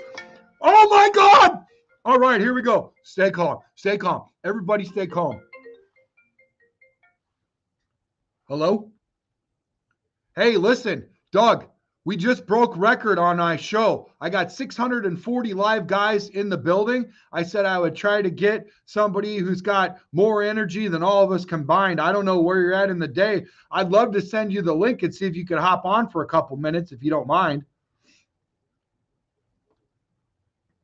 Well, right now we just did a mock draft. I could show you all the guys that we picked up. I know you've got former coaching experience. We could talk about all the coaches that the Bears have been assembling, kind of hang out for a little bit. But I got some guys coming up at Bridges Scoreboard to celebrate because we tore the roof off, baby. We've got a lot of energy, baby. It's crazy, baby. The most I've ever had in my show is like 150, and that's with you in there, or you know what I'm saying. So like here right now with 600 and oh my goodness. We're about ready to break the internet, and my heart can barely. I don't even know what it's like to be you on an everyday life in the ripe age of 70-something years. It's like you and Ric Flair. I don't know how you guys are still kicking because I feel like my heart can't take anymore, man. You know? Let me send you that. Let me send you that link really quick so I can get you on over here. Do you want me to send it just to your text, or do you want an email? Robert Parker says he wants your jersey. Hey, listen, Parker, we'll make that happen, and I'll see if he can't sign at the next live event because we just had a really good meeting. I forgot to tell you and circle back about the casino, but we'll talk about that later, okay?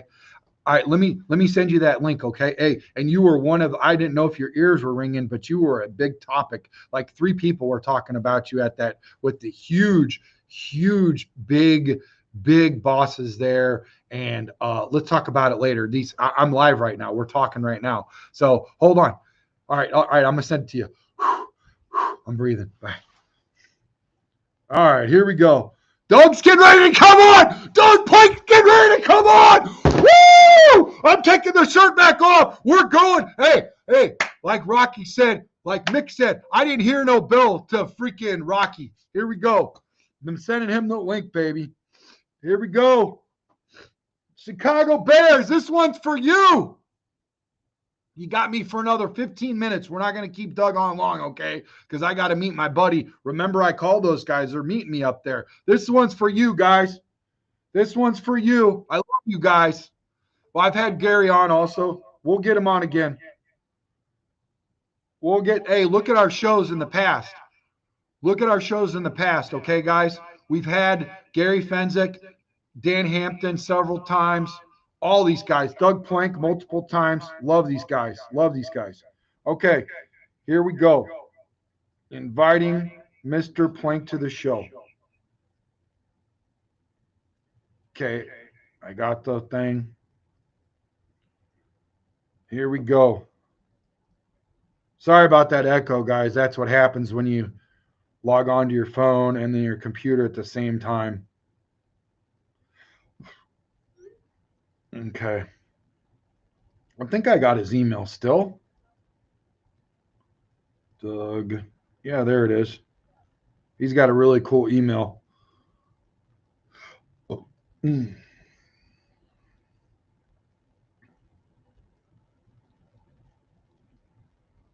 He said, sure, I'll come on. What's the topic? I should have said, you're the topic, Doug. We love you. Oh, my toes are froze, guys. My toes are froze. Oh, somebody send me a super chat. Can I get a super chat? I'm getting ready to have Doug Plank on. Send me a little donation, guys. It'll go towards the jerseys. It'll go towards the footballs. It'll go to everything. Heck, we'll bring in Doug Plank. We'll get that jersey for you, Parker. That's what this goes towards, man. Super chats, man. Let your voice be heard. All right. Doug Plank will be on any minute now, so I got to keep my eyes peeled and my ears open, okay? 648 in the building. Let everybody know Doug Plank's getting ready to come on the show because you guys broke a record for your boy Tracks. This is what happens, baby. We deliver.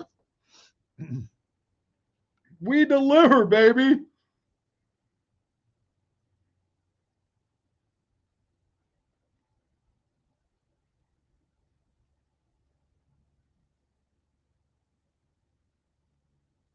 He's celebrating with us. It's Victory Sunday.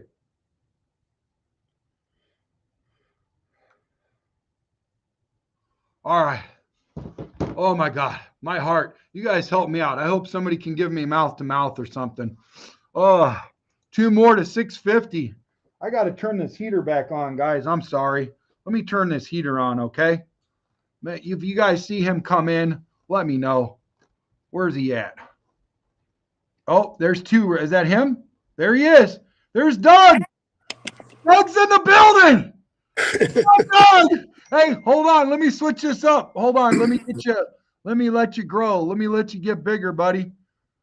Let's see. Yep, there you are, sir. How you doing, buddy? Hey, I'm doing great, Brandon. I'm always doing great. You know. Yeah, you are. So what are you up to today, Doug? You going to watch these games? Absolutely. I mean, I was really kind of occupied over the last couple of weeks with Ohio State just because, they hadn't been in the national equation for a long time. And it's not how you start, it's how you finish. And I look at where they were placed in the gamut, the NCAA playoff system. It's based off a lot of what happens during your season. But you know what? Here's one thing that most of those people don't understand: that you're not the same team you are at the end of the year that you started out, either through injuries or maybe you had young players that you got better. So there were college teams that actually improved as the season went on, and there was other ones that deteriorated. Especially the older teams. And so that's why when you start looking at the end of this sequence, and Ohio State is playing Notre Dame, you're saying those 2 teams were pretty far down the list in terms of MVP teams. But it was still a great game, and I looked at it like it was the Midwest Super Bowl. No East Coast teams, no West Coast teams, no Southeast Conference teams. It was two good old boys from the Midwest slugging it out. And you know what? I can't believe, being at the game, how much love was shared between both fan bases.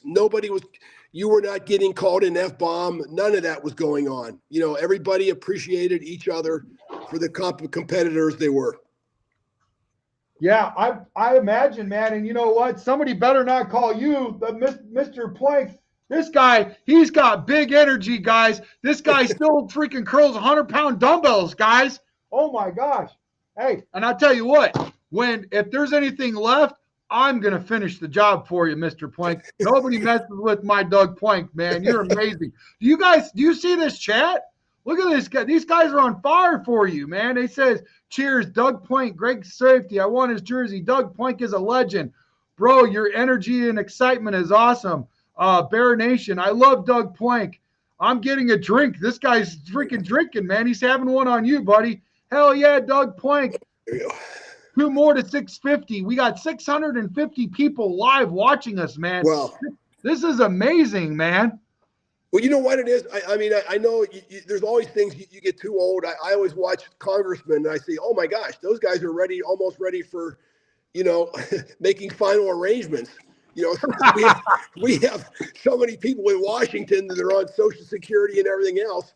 And I look at it like, some of the best coaches I had were older coaches, not younger.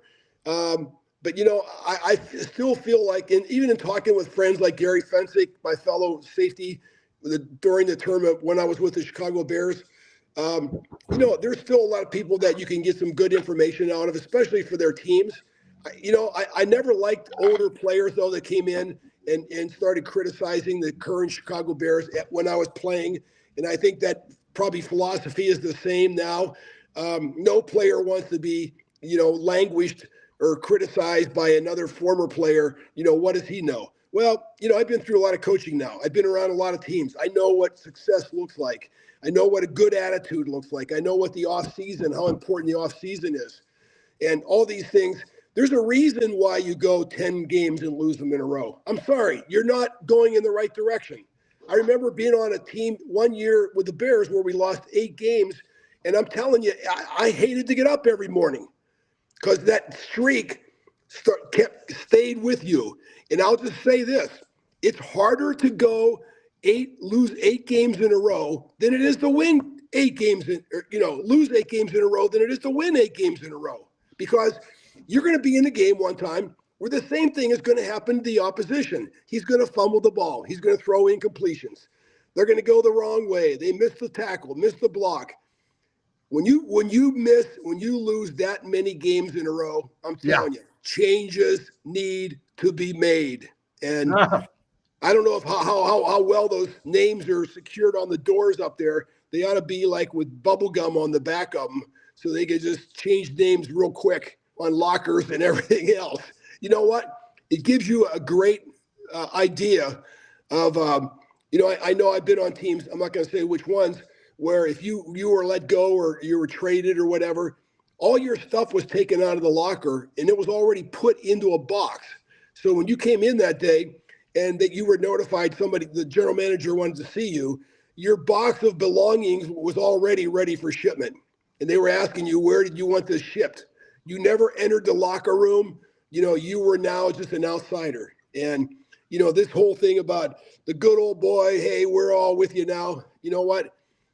You could be with any team now, especially in college. I think college is even more wide open than the NFL. I mean, you can't boo for anybody because those might be the guys that are on your team next year. They're throwing and catching and making tackles.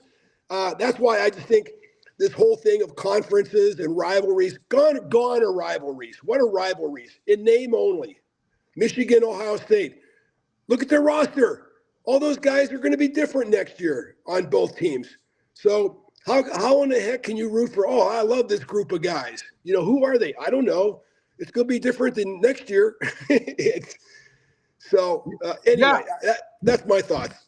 You know what? We love your thoughts because not only are you a freaking champion, but you're freaking amazing, and your heart and your passion and your energy is ridiculous, man. You have more passion and energy and fire in your life than people 3 times less your age. Not calling you, ancient of old or anything like that, because I know better. I don't want to get knocked out, because there's some things about this old man that we don't know about. And you are very tough. I mean, you're very, very sweet, kind-hearted guy, but I don't want to cross you at all. So I'm telling you right now, I think you could go. I think you could go. Sorry to cut you off, but I'm going to tell you right now, I believe in you. I think you could knock somebody the F out right now, because these guys don't have, you got that energy like on Gran Torino. You have that energy where you're like, hey, drawing the line in the sand. This is my team. I'm protecting this side of the field, and you get over here, and you don't want to be over here because I'm going to knock you out. There are things about this old man that they don't know about you, buddy. They don't know about you. Even professional boxers, they watch boxing matches of the prior matches their opponent is going to go against. My point was, I watched film, not trying to figure out what kind of plays they were going to run. I thought, when that player comes into my zone, what does he look like? What is he doing? What has he done in the past? And so, Gary and I talked about this all the time. We went above and beyond any coaching expectation or requirements. We watched that film together, and we could actually help each other by watching the splits of the linemen. Were they leaning on their hands going forward, or are they going to back up? Who was the personnel? Who was in the game? Look at the splits of the receivers. Now, that sounds kind of stupid, but I'm telling you, every one of those little things told a story. And a lot of times before the play even started, Gary and I knew what the play was going to be. And you know what? Somebody was going to pay. It might even be a lineman. A lot of times when plays were almost over and the running back was down, if I saw a big old guard or tackle standing around a pile, he was going down. He didn't know it. But if I'm going to run 20 yards, I'm going to hit something. And if it's a lineman, okay, that's okay. He doesn't have the ball. But I there's an exhilaration. And, Brandon, they called it a switch. You want to be the nice guy, after the game, signing autographs and talking to the fans. When you step on that field, something changes. The engine comes on. The power steering comes on. And you're determined somebody's going down. Yeah. And it ain't going to be you. It's going to be them, right? It's us versus them, and we'll choose us every time, baby. Hey, we got some questions for you, man, and also some love out here. Doug, always full of energy. Doug was a massive hitter. I think the world has fallen in love with Marcus Freeman. Tell us a little bit about Marcus Freeman. Aren't you guys close? Don't you know him? Well, I haven't had conversations with him over the last couple of years, but we were good friends when I was coaching with him at Ohio State. And we were both on defense, coaching different positions. But I just thought he was intelligent. He played at Ohio State, so he was accustomed to winning the majority of their games when he was a player. And and he was somebody that you respected, because he lived a good life. From the way he acted, the way he just carried himself, in terms of keeping in condition. And I'm not saying you can be fat and still coach, but you know what? If you're a 300-pounder and you're standing in front of the team and you're going, hey, guys, we want to run down on that kickoff. We want to kill people. We want to just smash them. And you're 300 pounds, they go, and I asked the coach one time, I won't tell you who it was, after he told me to go down there and do all this, smash all these blockers and hit the runner, and he goes, I asked him, I go, Coach, when's the last time you did that? I don't care what the year was or the decade. And he looked at me and he said, you're trying to be a smart, ASS. And I said, okay, don't ask that question again. But I don't get in front of people and say, I can climb ladders. I can jump, off 30 feet into swimming pools. And no, you make those claims and those people are going to hold you back to those things that you said. And if you're asking them to do something, hey, I want you to jump out this plane with no parachute. When's the last time you jumped out of a plane with no parachute? Show me what you do before you ask me to do it. That's what you're saying. And you're also saying you don't have to work harder because your boss or your coach ain't smarter. Don't make me work harder because you're not smarter, boss. So listen, they want to know. They have to ask you, man, because you're the man, the myth, the legend. You're the guy that's been there, done that. Doug, what do you think? This is a special shout out to Kevin Woodall. Hey, Kevin. Doug, what do you think about the Ben Johnson hire? What's your take, brother? You know what? From what I've seen of him, Yeah. I'm fully on board. I don't know him personally, but I've seen him on the sidelines. I don't know. To me, when I was coaching, I always looked on the sidelines and saw what is going on with the other team, even like broadcasting games. You know, are the coaches out there communicating with their players on a regular basis? I see some games that are going on. That's the most important thing. You know, if you have things, why wait till the game's over in the locker room to say, hey, you guys played a bad game? Why don't you start doing it the first play that didn't go your way? Yeah, make the adjustment now, right? Don't make it till later. Exactly. Yeah. We don't want to make it's like, hey, listen, I'm going to piggyback off of what you just said. I like what you just said. If you're sitting in the middle of the Mojave Desert or in Arizona, it's 110 degrees out, roll over if you're starting to get burned, or lather yourself up with a little bit more suntan protective screen. Don't sit there and bake all day till you got to go to the freaking emergency room, you idiot. You know what I mean? Make an adjustment now. You know what kills me? These coaches, these teams that are they're going down 14, 21, 28 points. Difference. I mean, it's not 28-0, but it's this difference in scores. They keep staring at this piece of paper, you know, like something like this. You know what? You can't even see their face. Why are you staring at that board? Whatever that piece of paper is means nothing. You're getting your kicked. You know what? Kicked. And you need to get over there and you need to be talking to your teammates, you know, your fellow, you know, not because these are coaches. You need to be going over there and instructing your players, listen, we got to get this thing going. And here's what we're going to do. We're going to try running this. We're going to do this. We're going to change up the defense. When you keep standing on the sidelines with that silly piece of paper, acting like you're a coach, I'm sorry, I turn the television off. Yes, turn it off. I don't want to watch any more of this. Because that's a destruction manual, and they're just going to go. And I think because they put all this work into these colored charts with all different colors and stuff, they said, oh, we put 10 hours into making this, so we're going to keep looking at it. Oh yeah, it's instructions for how to lose a game. And whatever you've got, there's no guarantee that a team, like over the last 3 weeks, they used to look at 3 games when I played, maybe now 5, maybe 5 games now. And that was their tendencies. And do you think teams can change their tendencies? Don't you think they know you've got this sheet of paper that you're writing down all the average plays that they ran out of formations, down a distance, on field position? Yes, they're allowed to change. So when you put this game plan together and you come out and it's a different team, they have punked you because they know now you're basing your defense or offense on the last few games. They're a different team today. Yeah. They're a totally different team. And we did the same thing with that 46 defense. Man, that thing had so many arms and legs. You know, you could show up every week as a different team and move everybody around. I mean, I never played defensive line on our team, but, you know, it was not out of the question. You know, there were times where I had to go up there, well, definitely on short yardage. I was on the one end, and Gary was on the other line of scrimmage. I mean, when you sign up for the NFL, man, you got to do it all. That's a good question. I got a question for you. Don't you potentially do that on like a zone blitz exotic scheme where you're going to pull up and then a lineman will pull back and kind of disguise coverage, right? So I could see you potentially moving down in the box, you know? Yeah. I mean, even like on those safety blitzes, our defensive linemen were the hole you were supposed to run through. They were supposed to engage those linemen so they couldn't get off. Does that make sense? The offensive lineman's grabbing you. You can grab him. On defense, you can grab a lineman.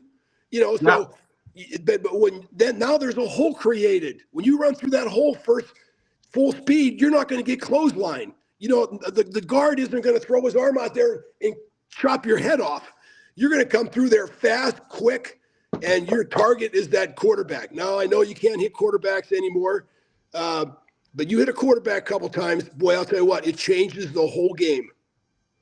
Ladies and gentlemen, for all those that might be living under a rock, this is Mr. Doug Plank, the whole reason why the 46 defense was freaking invented. This guy's amazing. He's got more energy than you and me combined. You can only find him on Chicago Sports Podcast today, Monster of the Madhouse, Coffee with Tracks. I'm so excited you guys can talk about it, be about it. Over 686 in the building. You guys are 687. All right. Come on, come in, come all. Make sure you guys run outside and tell everybody in the freaking neighborhood about this. Make sure you guys get in the freaking Goodyear blimp. Let it be known, man. Make sure you get a Skyjet up there with the chemtrails and say, come on, Chicago Sports Podcast. Let it be known. Share this video on Twitter, TikTok, all that, MikTok, all this stuff, Facebook, freaking Instagram. Let everybody know. Come on right now because greatness is in the building. We got Doug Plank in the building, man. This is great. You guys hang out. I'll get you his jersey. Once we get to 3,000 subscribers on freaking, on YouTube, I'll make sure you guys get his freaking jersey. Your boy, Brandon Tracks Hiatt, will pay for it and hand deliver it. Not Pony Express. We're going to make sure that this is delivered to you guys first class, baby, just like you guys. This show is created from a fan to a fan, and we've got a legend in the freaking building, Mr. Doug Plank. Woo! Oh, man, this is great, man. This is great. Hey, Doug, we got a couple more questions out there if you don't mind, man. No, glad to. Robert Parker, I almost said Robert Plank, says, Doug Plank was the hardest hitting safety in Chicago Bears history. Real legend. You got a real fan right there, brother. You know what? Especially being at Ohio State, the moment I arrived there, Jack Tatum had just left for the NFL. And I don't care. There was something I posted on Facebook. I hope you guys don't mind me saying that. There was something I just recently posted on Facebook where at the end of a game, I would usually get put in, especially the junior year. I was a backup. And they never wanted to put the backups in until they realized the game was so far out of reach that they couldn't lose it if they put these backups in. So there was a minute left in the game, and they rounded us all up. And that's my junior year now. I don't get in one game my junior year. I don't start one game. Everybody goes like, oh, my gosh, you probably had a great career. No, I had no career at Ohio State. I mean, I filled in. And so, the bottom line is you get stuck in the end of the game, like with 1 minute left to go, and you get deep, so you can't get behind you. But I studied film. I studied out end zone film, and I know when they were going to run the ball, and they were going to run the ball at the end of the game because we were winning 56-0. And so I just said, I don't know who it is, but I'm going to tackle somebody on this play, and I really don't care who it is. Well, they ran a sweep play where they handed the ball off to the running back, and the fullback was blocking. Fullbacks, they block people. They're not accustomed to people tackling them and hitting them hard. So when they came sweeping over my way, I hit them and I ran them full speed right. And I wanted to be helmet high, and we ran helmet to helmet, and we both got knocked out. And so they both at that time they carried us off the field. They brought us out with a cart, and I was flat on that cart because I couldn't remember anything. I was out, and. Afterwards, the next week, my defensive backfield coach said, Doug, that was a hell of a hit. He said, but Jack Tatum could have done it better. I said, you know what? Do you realize I broke my helmet on that play? Your face mask is attached to the helmet with these screws. I broke 2 of the screws on the helmet, got knocked out. The face mask, which is generally round like this, it was flat. It was flat. It was flat when they took the helmet off. They gave me the helmet. I still have it at home here as a reminder. You know what? You step onto that field, it's different rules and a different law. Yes, sir. And be ready. Be ready.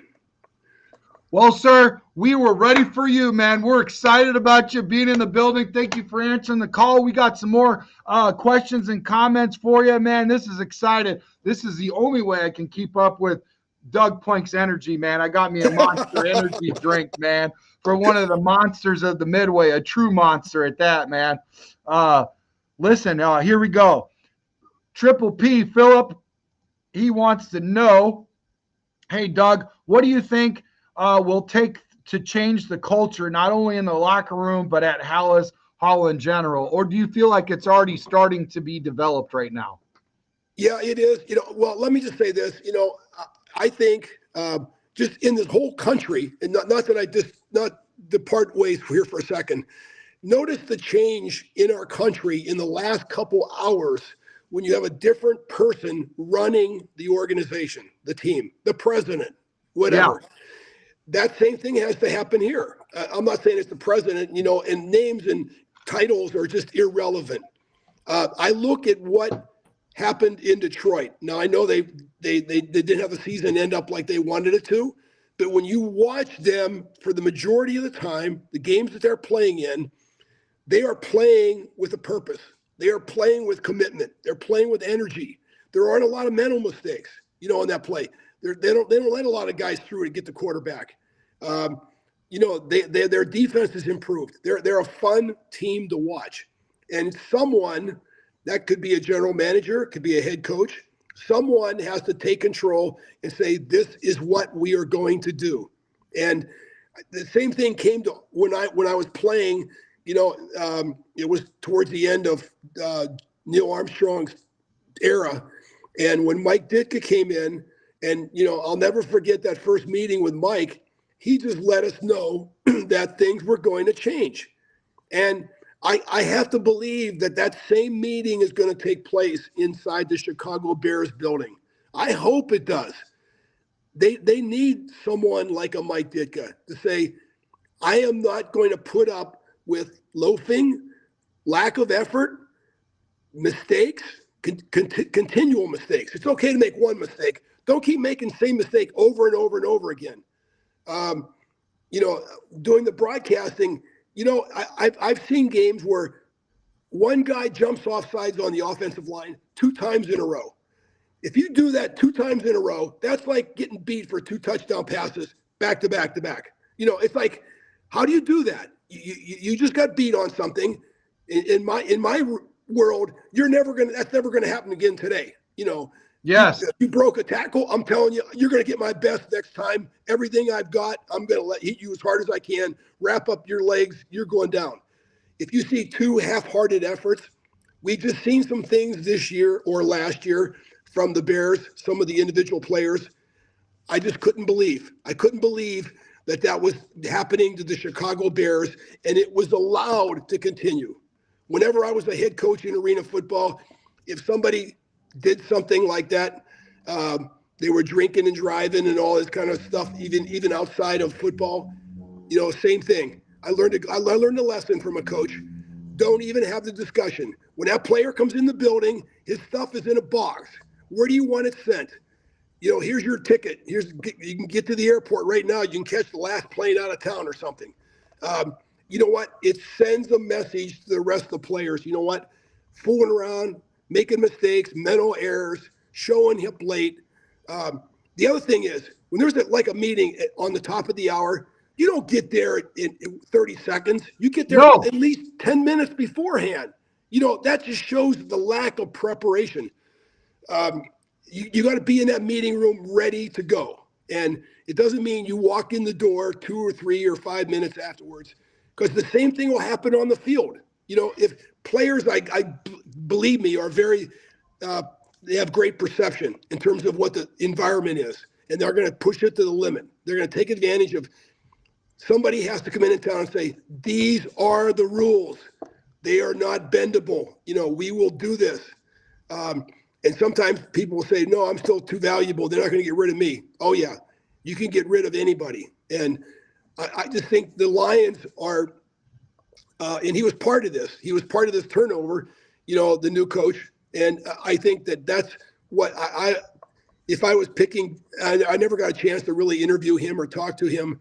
I'm just saying, I just think that what happened in Detroit these last couple of years has been magnificent. And there's no reason, I don't think, why the Chicago Bears can't adopt that same philosophy. Yeah, you will get a chance to talk to him. We'll make sure it happens. Why not have it with a legend, from a legend to a former legend? Let's get you guys together. How about we pair together Ben Johnson and Doug Plank, baby, Oh my, that'd be awesome. That'd be spectacular. Why not? Let's check out. Hey, man, I could listen to you all day. Like I've said to you before, Doug, when I met with you, we've done a couple things together. We're going to do a lot more. I said, man, if for all you guys that don't know, I'm really going to tell my age right now. I would love to listen. Doug Plank is so exciting. I could listen to him read out of the yellow pages in a phone booth. I don't know how I would be able to fit in a phone booth with him. Maybe I'd be on the outside just watching him, holding my ear to it. But this guy's amazing. He's got great content, man. You're so exciting, man. You're so captivating. There's so much guys that have so much they want to talk to you about. Let's get back in here. Somebody wants to know, they want to know, how come you've never been a Chicago Bear coach before? You know what? This was interesting. For when I first left the Chicago Bears,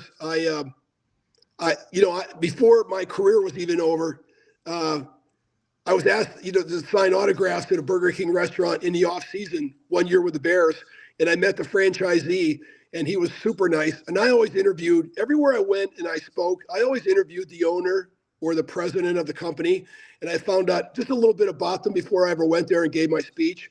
Yeah. And it made such a difference, recognizing certain people and individuals. Yeah. And so anyway, I became a Burger King franchisee, like my 5th year before I even end up retiring. But I just think you need to be prepared. When that opportunity comes to you, you have to be willing and able. And, here's the other thing, too.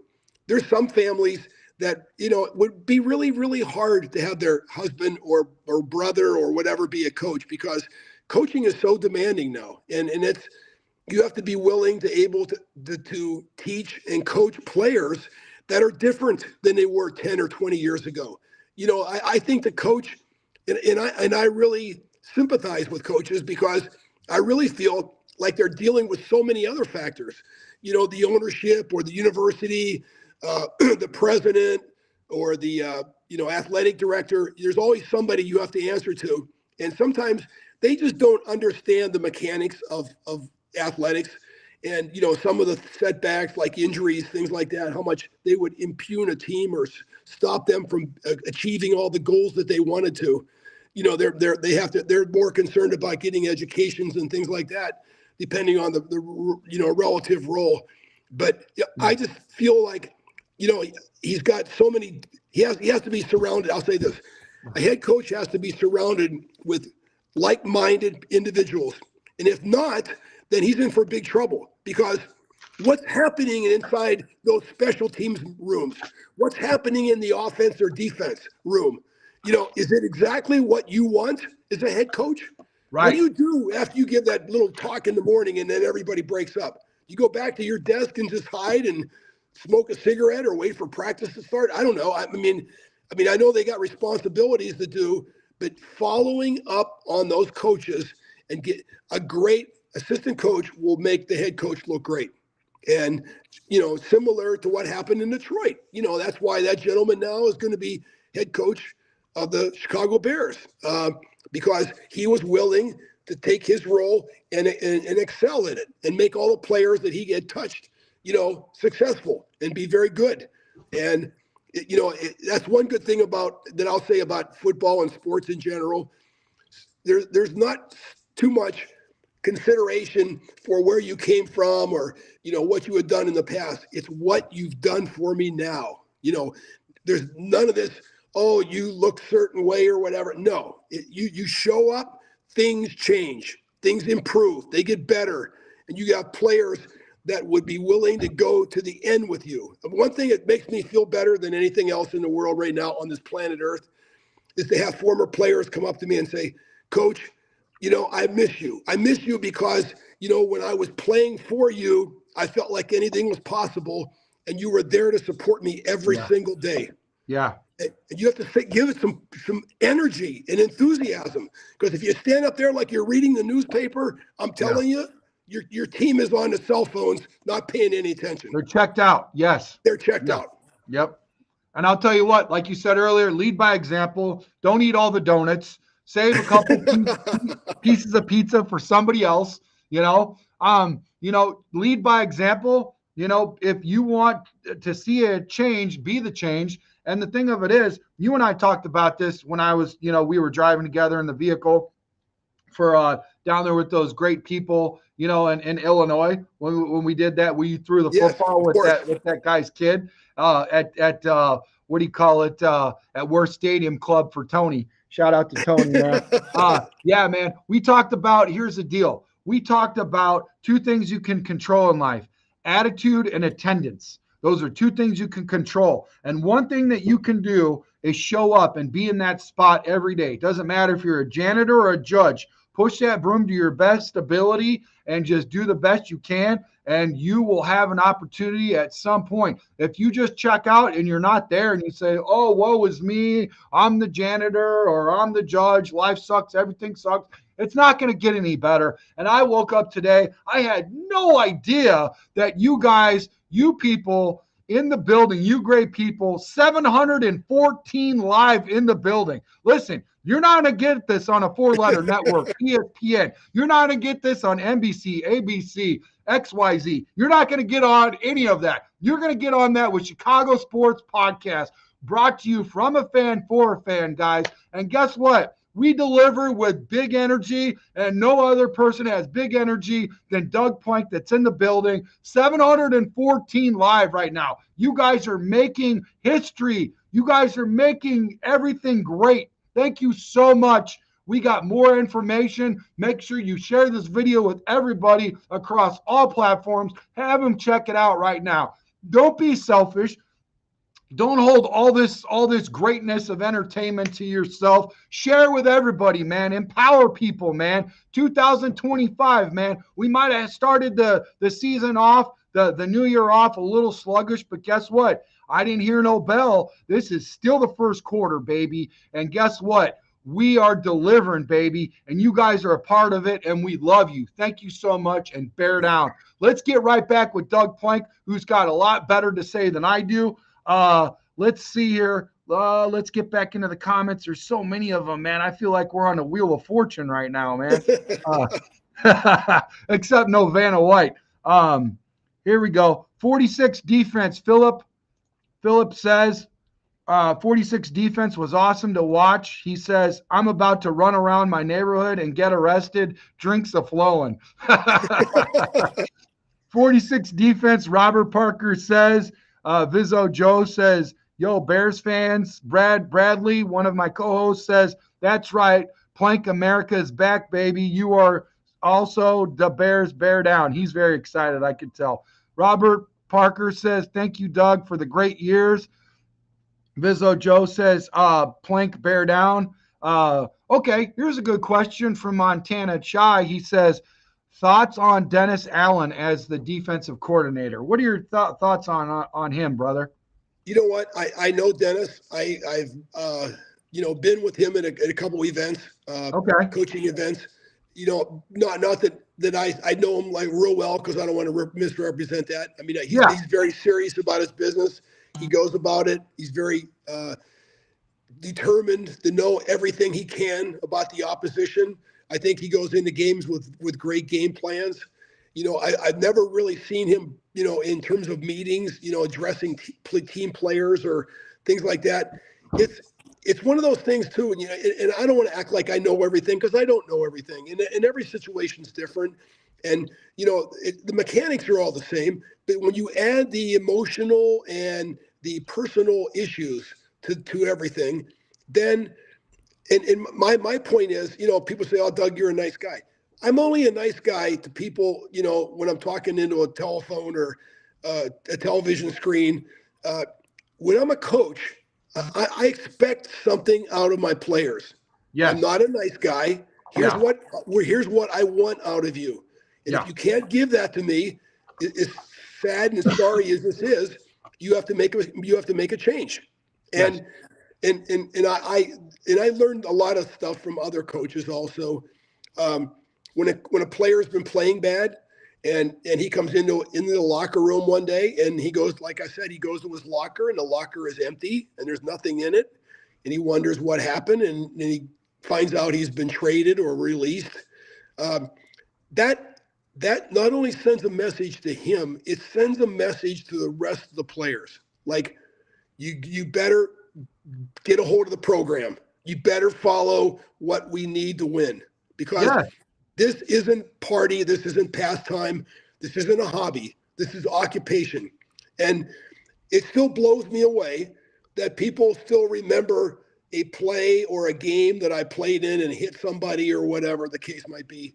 Yeah. This stuff never goes away. It never, the same thing is true for Gale Sayers and Dick Butkus here in Chicago. People are still talking about them, about a hit that he made or a run. Broke 5 tackles, ran down the sidelines, scored 3-4 touchdowns in one game. It lasts forever. So just as you're growing up, especially in this day of cameras and stuff like that, I guarantee you the NFL player gets filmed the moment he walks or drives onto that parking lot. His car's getting, camera, copies of it.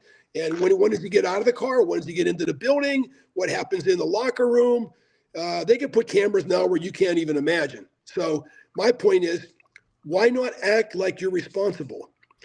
I've been in stores too thinking, okay, I really like whatever I'm looking at. Maybe I could just slip this underneath my vest or something, or my coat or jacket. We all have done something like that, thought we were going to do something. And I'm thinking, you know what? What if somebody sees me, or is a videotape or whatever, even worse, then I got to live with this the rest of my life. And I said, no way. It's not going to happen. I don't care. You can all get distracted and stuff like that. The same thing is true in football.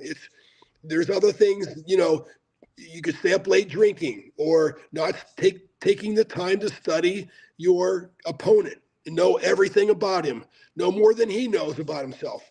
And you have to be ready to go into those games, and you have to look at, does he wear down as the game goes on? Because that's very important, because you're going to know in the third or fourth quarter if the guy's overweight or out of shape. He's not going to be able to play the same way he did in that first quarter. And you have an opportunity there to take advantage of that. And there's always stuff to look at. I mean, I promise you, there's always little keys. And if, it's not a crime to get beat in sports. If you can literally tell yourself afterwards, we did everything right. We executed the game plan. We played 100%, expectation or effort, and we still lost. You know what? They were a better team than us. They were faster than us. They could throw the ball further. They were more accurate. They were better tacklers. I didn't get upset about some of the teams we played or lost, because I knew the team was better than us. Mostly Dallas. Dallas over the term when I was there, that's one team I can think of. The other teams in Central Division were all for grabs. Green Bay and Detroit and Tampa. Doug, if this wasn't the Lord's Day, Doug, I've got some special words for both Dallas and Green Bay. I'm sorry. Okay. I'm not a big fan. I say FGB. That's all I could say. Yes. Between the letters, you know what I'm saying? Yeah, of course. Hey. But you know what? You just knew that they had us out of position. They ran motion, which they, running motion is just a free look at what the defense is. I would run motion every single play if I was a coach, because you know what? You find out immediately what the defense is playing. And if they try faking it, then you could run some other plays that would take advantage of that. You can't line up with 2 tight ends every time and one single receiver and expect any changes. You're not going to trick anybody with that unless you've got just stud tight ends. But most teams don't have 2 tight ends that are stud that can just block, catch, run, do all those sort of things. You got to take advantage. You got to run the defense and offense what your personnel says. If you don't have great pass rushers, you probably aren't going to play man-to-man because you're not going to get to the quarterback. And after 4 seconds, you're probably beat in man-to-man coverage in some capacity. So all these factors go into putting a game plan together. And you know what? But you got to look at your team too. A lot of guys don't play the same in the first quarter as they play in the fourth quarter. They realize the game's almost over. They're maybe giving half effort. And, the other thing too is the compensation now is so high in the NFL. I think there's a lot of business decisions being made. What do I mean by that? Do I really want to go up and hit that 300-pounder that's going to smash me and probably create a concussion and broken ribs and things? Well, yeah, I'll go up to him and I'll do a patty cake. I'll act like I'm trying to grab his ankles or something. And but I really don't want to have anything to do with this guy, because he's you have to be ready to say, this guy just killed my mother or burned my house down. You know what? And he's going to pay. He's going to pay for it because I just created a little scenario in my mind that I don't like him, and I'm going to blast him as hard as I can. Wow. That's amazing, man. Hey, listen, talk about the Big Mo motivation from Doug Plank, man. He brings it all. He leaves no stone unturned. He's got it all, baby. So much energy, baby. 763 in the building, baby. Woo! Who would have thought? You would think that Doug was in Chicago and I'm in Arizona. I'm wearing a T-shirt, man. I'm giving you the gun show, man. I'm in my garage, man. I'm rolling up my sleeves. He says, be the change, man. Be the change. Be what you want to see. I'm the Big Mo with Doug Plank. I'm in my freaking garage in the middle of January with you guys, man. In a T-shirt, guys. In a T-shirt doing this show. Unbelievable. Oh, man. Brandon, you know what it is? There's two things. Everything has philosophy, and football does too. When you're on defense, you have to make a decision. Are you the hammer or are you the nail? Now, I've ran into situations where I've ran into two hammers. I always thought of myself as the hammer. But you know what? You hit Larry Zonka, Walter Payton. Those are hammers. Those are hammers. But you know what? Every hammer has a vulnerability. And that vulnerability is usually you look at where is he susceptible to a hard hit. And sometimes those hits are like in the middle of your body, usually lower towards your legs. I'm not going to get into terminology here. But you know exactly what I'm talking about. You hit somebody there, they're not ready for the next play. They usually go hobbling off and they have to try to regain their control of their body. Because it's in between the thigh pads. Well, you used to have to wear a thigh pads. How about those colleges now where it looks like swimming pants or something, swim shorts. They got the pants all cut off to the thighs. There's no pants in there. Yeah. With those guys, I'll tell you what, I'd probably come in knee high, like the running backs and stuff like that. I go, okay, you don't want to wear knee pads? Okay, I'll tell you why. After I'm done hitting you, you're going to understand why you needed to wear some knee pads. Yes, sir. Yeah. So, hey, listen, Doug, I got a question for you. What do you see with today's matchup in the games? Is there a game that stands out that you're going to look at? So for on deck at 2:00 Central here in Chicago on Fox, you got the Commanders against the Eagles in the NFC Championship. The Washington Commanders are playing out of their mind, man. They're playing way above. Listen, I'm surprised that they're there. I'm sure you are. Yes, rookie quarterback.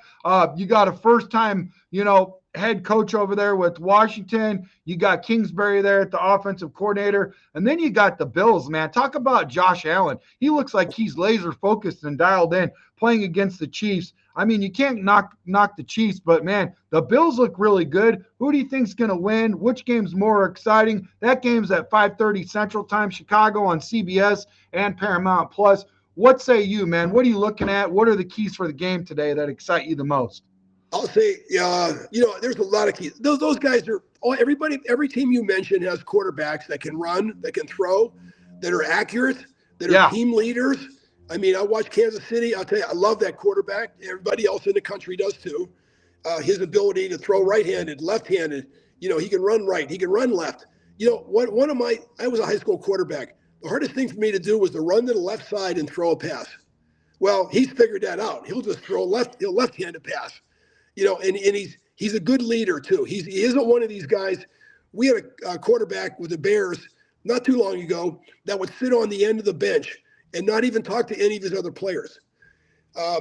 Wow. How can a quarterback do that? A quarterback is not a regular position. You have to be contacting all your players every single play. Yes. Just touching on. So anyway, my point is this dialogue has to go on though during the whole game. Now, like it gets back to the coach with the game plan sheet. Who is he talking to? He's got headphones on. I don't know. He could be talking to the cheerleaders up there. I don't know where he's talking to, but he's not going to get any answers off that sheet of paper. Especially if his team's not doing well. He needs to be over there on the bench, letting them have it. Coaching. coaching, telling them what to do, not yelling and screaming. I've been with a bunch of coaches that are, the projector now is an old term, from a bygone era. But I had my share of coaches that grabbed, you can imagine this includes college and NFL. They grabbed the projector and it went flying towards the screen many times. I didn't know you had disposable projectors, but I guess they existed. With regard to the games today, that first game, I think, there's differences between those two teams. I think the Eagles are blood and guts. They're in the trenches. They're a short yardage goal line team. They're going to score. And so many times teams get right down inside the 10-yard line and they don't have plays. They don't have personality. They don't have the willingness to do whatever it takes. And this is something that I think is just to divert for 1 second. No, you're good. One thing. We had a live goal line period at Ohio State on our Thursday. It would have been our Thursday. Yeah, Thursday practice. It was live. You had 10 plays inside the 5-yard line that were live. So when you come out Thursday, you better get your jock strap on. You better have your mouthpiece. You know what? Because it's going to be real. It's going to be real football for 10 plays. And I'm talking about, I don't care how many friends you had on offense. This was all out. The whole thing was getting filmed. And that's the kind of tempo. So when you got into a game and you got into a goal line situation, it wasn't that hard. It wasn't like, you weren't going to be successful. You knew you were going to be successful because you just got your butt kicked on Thursday by big guards coming at you, and you just had to crush them. And it wasn't like you could just hit him. A tackle was okay. No, you couldn't have that guy fall forward. How does that happen? Well, you almost went chest to chest, helmet to helmet, whatever it was, and they didn't get in that goal line. The other game, again, I would not want to go against Kansas City. They won too many times. There's too many weapons. I think there's a really good karma on that team. It's more than just talent, because just talented teams don't stay together very long. The players want to leave, whatever the case might be. Yeah. No, that you could tell those guys love each other. They're going to do anything they can to help protect each other, and it goes way, way beyond the fan base. It's truly about the players. And like I said, I've always believed in force, in willingness to just make it happen. And that's why, I don't think it's anything to have to do with Pennsylvania, because they're there. The reality is, when I was growing up in Pittsburgh, we used to hate people from Philadelphia. So, I don't have any Eagle hometown, favoritism or anything like that. I like watching them play. Their fans are pretty enthusiastic when it's a home game, and they support their team. And I think they do what needs to be done to win games. I mean, it's not necessarily the greatest show on earth or anything like that. Yeah. But those guys come out, they do the job, both on offense and defense. Doug, you've played with some of these guys. You were a legend in your own right, rightfully so, for many years.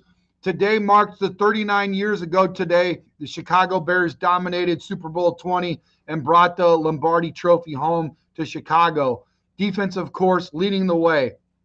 Would be a great day to sign Dennis Allen on today. It's a great day to have Doug Plank on. We love you, man. I couldn't be more excited. You know I love you, brother. My heart goes out to you. I'm so glad. The first couple calls, Tracks was like, oh, man, please, man. We're on a mission from God. We got to make this happen. God answered my prayers today. Thank you so much, Doug. We'd love to have you back on if you don't mind. But before we go, I'd be remiss if you didn't give us one of your favorite stories about one of our favorite 85 Bears. As much as we love Mongo, we kind of always go back to Walter. And I know you told me a really great story, a few of them, lots of great stories, man. One in particular about how you guys used to room together because in alphabetical order, Walter Payton, Doug Plank. Is there anything on today's story day, 39 years ago today, that you could share with us about Walter Payton, or anything else that you'd like to share before we leave? You know what is crazy is, even how he got drafted in the first round. And I realized there was televisions and cameras and cars back then in the 1975. Yeah. But how could most players in the country not even have heard? I didn't even hear of Walter until when I was asked to go to that camp. We had a rookie camp, and it was by Jack Pardee, who was coaching in the World Football League at that time in Florida. So we went down to Florida, which was great. Anytime I go to Florida, I got a smile on my face, especially after I got drafted. But yeah, I didn't even think I was going to get drafted. I mean, even in the 12th round, as sad as that sounds, there's still rounds behind me, 13, 14, 15, 16, 17. I can't imagine how they felt. Roland Harper coming in at 17. It was one of those things that, I just felt like Walter was such a great example for our team, though. He played offense. Yes, I know he played offense. But you know what? His effort and his execution on the field, it sent a message to the rest of us. Like, that is what I need to be doing. I need to be giving that much effort. No matter what I thought I did, forced a fumble, made a tackle, whatever, came off the field, I saw Walter Payton catch a ball out in the flat, run over 3 guys. Then he outran the secondary for a touchdown. I'm thinking, holy mackerel, how did somebody do that? 3 huge collisions near the line of scrimmage, and then he outruns the secondary. I mean, he was the one horse pony, I guess. He could bring it all. And like I said, when I saw, he could have been our punter. He could have been kicking off. We wouldn't have needed Bob Thomas, but I love Bob. And he could have done it all. The other thing is, too, when you start looking at situations, he could throw the ball. He could throw the ball further than any of our quarterbacks could. Now, he didn't want to get into a contest in practice because, you know what? If I was a defensive back or something, I wouldn't want to be embarrassed by another person that didn't play my position, whether he could jump high and intercept the ball or whatever. No, you never wanted to do that in front of somebody else that gets paid to do it for a living. Yeah. But he could literally do it all, and he did it a lot of times. He'd run sweeps, and then he'd throw the ball down the field one-handed. Not even put both hands on it, just throw it. His determination, that's what it was. He absolutely exerted determination.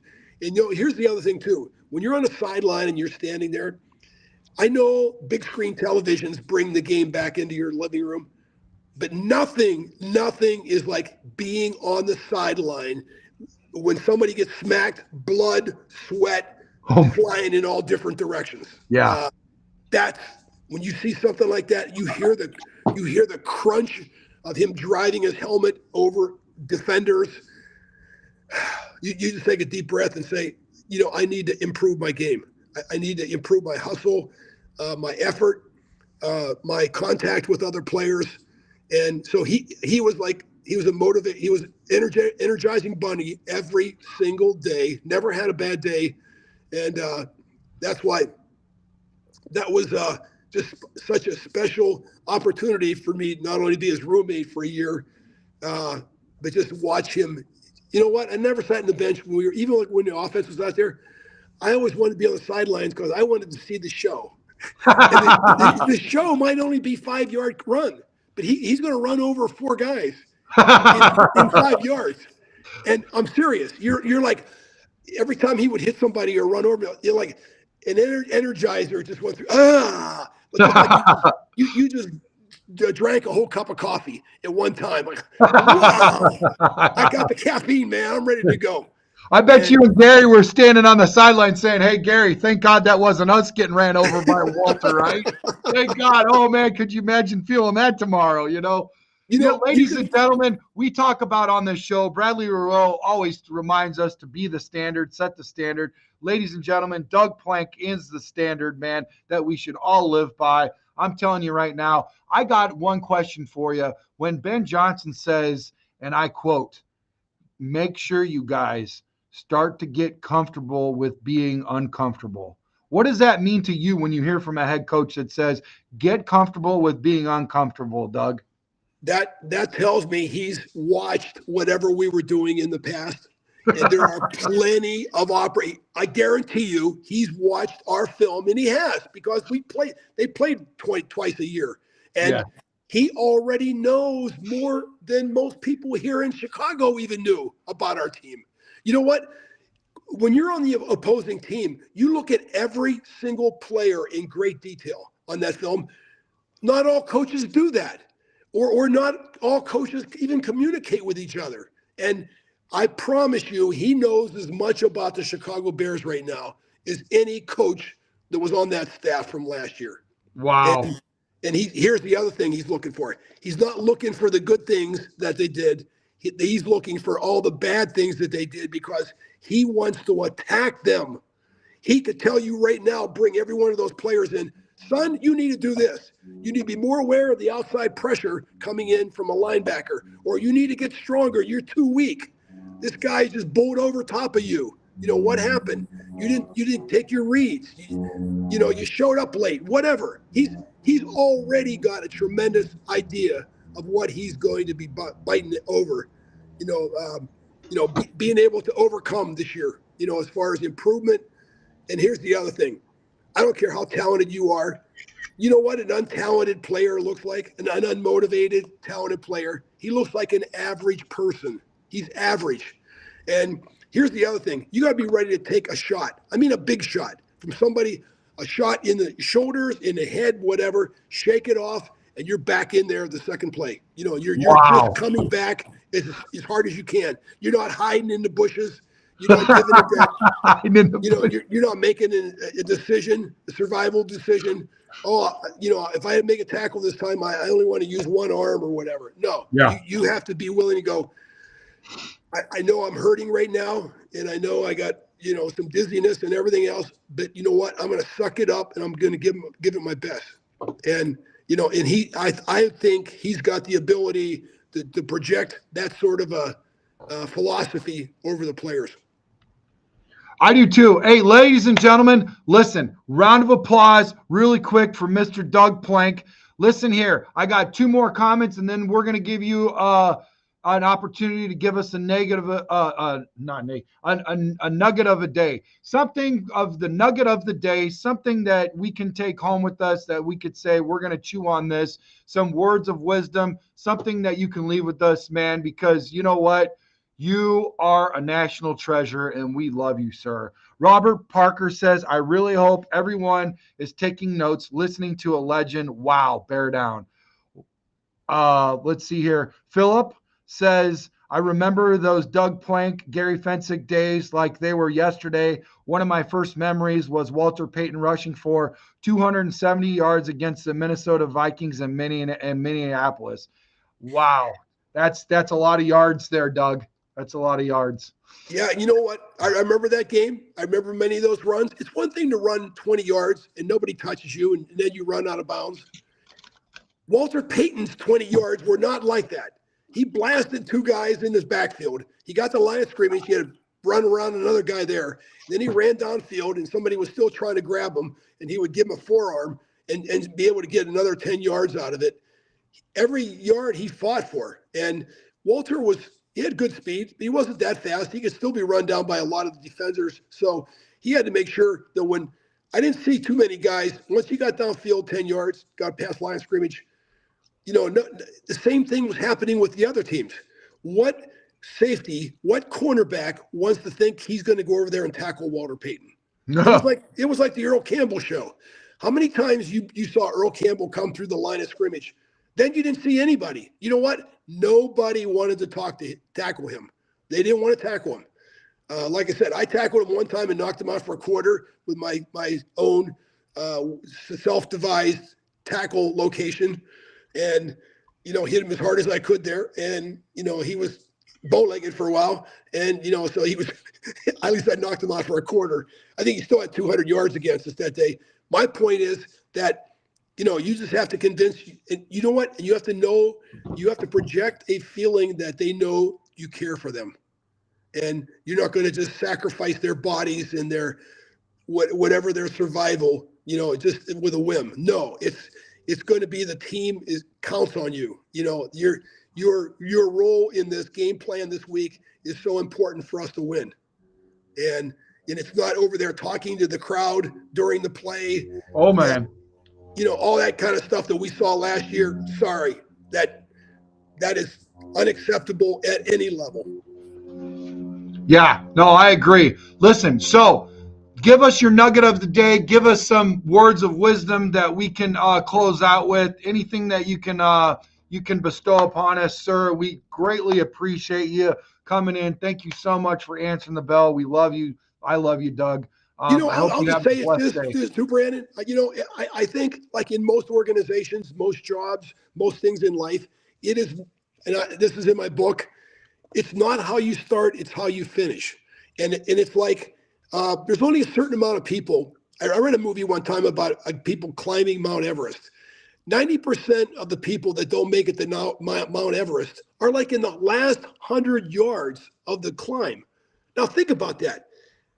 90% in the last 100 yards. Now, that's not an easy climb. That's steep, rocks, wind blowing, freezing temperatures. When you get further along in this world of success, the competition gets greater, everything gets harder to do. You just got to keep going. And like I said, everybody can start. It's like being up in the bleachers. Those people are in the bleachers for a reason. They don't want to be down the field. They don't want to get hurt. They don't want to get hit. You got to just figure out a plan for your life where you get better each day. As a player, as a person, as of your occupation, knows do everything you can to be a better player. And it isn't just tackling or blocking. It's about learning what the offense is going to do. And if you know right now going into a game, you got an unbelievable idea of what this competition is going to do against you in dirt, down and distance, field location, personnel, then you've done everything you could to win. And you could feel proud for yourself, even if you lose. There were games we lost, close games, which I felt like we did everything we could. We gave it our best. But it's those games, 90% of those games, there's a play in there that if you would have studied longer, you would have given better effort. You saw a guy across the field. I never stopped running when I was with the Chicago Bears. Even if the play was on the other side of the field, I would run over there just in case the guy didn't break the tackle. Wow. And I got to tell you, so many times I made what was the last tackle on a play after a running back on the other team or receiver had broken tackles, and he was just clear to get in the end zone. Never take anything for granted and just play every play like it's your last. Hey, you know what? I like what you said earlier, and all of it is great. But the one thing that I want to unpack when you first started is the nugget about Mount Everest. And 90% of the people have 10% left in order to finish. Listen, you don't even have to go 90% to not finish. You just have to not climb Mount Everest at all. I told my son that the other day about when he was up against a wall. He hit a really tough wall. He's in the third grade, and every wall matters. That wall is just as big as somebody else trying to figure out a Rubik's Cube or trying to work on their car or something. He's up against the wall. He's up against his Mount Everest. He's getting frustrated with his mom and he's getting ready to quit. And I said, son, listen, you need to stay right here. You need to grind through that because what's on the other side is amazing. You can earn that F by not even working hard at all, but you've been on this project for quite a while now. And if you quit now, you could have earned that F by not even putting your name on the paper, son. And he finished through it. And the next day he had a really good grade. And I'm so proud that he just stuck through it. He just kept grinding, Doug. Tell everybody that's living under a rock, or probably maybe not even know, not just living under a rock, but I'd be remiss if they didn't know where to find your book and what your book's called, man. Tell them, please. Well, it's on Amazon, and it's titled "It's Not How You Start, It's How You Finish." Yeah. And there's the other thing is, in so many cases, it's true. There's people that start out great. We whether it's in an organization or on a sporting team or whatever, but they get to that first obstacle, and you could see a lot of their effort, a lot of concentration. It's just subsided. They're not bringing the same effort, and so you have to figure out what you want to be in life. You want to be average and normal, or do you want to stand out? You want to be something or somebody that they would talk about years and years after you left. Because you know what? Everybody wasn't willing to do that. There wasn't, every football team I played on, I didn't run into very many people that said, man, I can't wait till I hit that 300-pounder. I'm going full speed. It's going to be great. You have to create something like Gary and I did with these games. We created games within games. We used to see who had the most tackles, most interceptions, most plays. It was fun even when we lost because we were playing a game within a game. Now, I'm not saying we were laughing and we didn't go in there with pom-poms in the locker room after we got beat. But him and I just said, hey, Doug, we did everything we could. We forced fumbles. We made all the tackles we could. Why that team beat us had nothing to do with us. And so you have to start small. And but I think that's everybody's responsibility. That mental discipline, and don't let yourself be pulled away from friends. Here's the other thing that I learned, which I think everybody has friends, but you know what? We all have good friends and toxic friends. And I made a decision early in my life. I'm not going to spend time with people that don't benefit me, that don't, not financially, but just psychologically. Something I could look at and go, oh my gosh, these guys get up every day. They run miles and miles and miles. They lift weights. They're conditioned. They're successful in business. They're doing all these things. Those are the people I want to be friends with. I don't want to be friends with people that's smoking. Nothing wrong with smoking. It depends on what you're smoking. If they're smoking all that and I can barely, you know what? I'm sorry. I don't have any time to talk to you. I'm busy. Yeah. I'm catching a bus. I'm catching a bus in 15 minutes. See you later. I can't talk to you. Yeah. Or it's even things that they do, their actions, the way they look. The other thing is, there's nothing wrong. I don't think there's, I'm not saying there's nothing wrong with swearing and stuff like that. But you know what? A person's dialogue, you can tell a lot about who they are. And if they're dropping, a bunch of bombs and, for no reason at all, then I feel like, that says something about who they are and what they're looking out of life. And I just don't think people but there's a lot of people like that have not the greatest language, that are very, very successful. God bless them, good for them. But I found that the more positive a person could be, that's the people I want to be around. The believers, in that they're going to get better, stronger. They're going to win every game. We're going to win. I don't care who it is we're going to play against, and just fight till the end. I mean, I can't tell you how many things in my life I've managed to put together, succeed. Real estate transactions, business opportunities. Yes. Why? Because I just gutted it out. I went to course. I made the calls. I did the extra work. I showed up the extra days. It's just the little things like that make a huge difference between success and failure. Doug, I'll tell you what, you made this show a complete instant success. Like Mr. Shorty says, he's one of my great friends I've been talking about. He would love to have you on the show. He used to work for the Chicago Bears. He's on Bears country at BCP. Love the guy, man. He's awesome. All these guys, they just love you. Like I said, Philip said, Doug, thank you so much for your time, thoughts, and opinions today. You are a true inspiration and legend in the Bears family and friends. Bear down. Listen, man, we love you, man. We love you. We still love you. We got 812 in the building, Doug. We're not just freaking breaking records. We're shattering them with Mr. 46. We've never had 800. Hold on. 800, it just changed. 812 people in the building live across all platforms at the same time, Doug. Thank you so much. You're a true inspiration. You're a true national treasure. We love you. I love you, Doug. Have a great day today, brother. Well, thank you. Thank you. It's always a pleasure. I always feel better after the show than before. And that tells me, listen, you can have me anytime you want.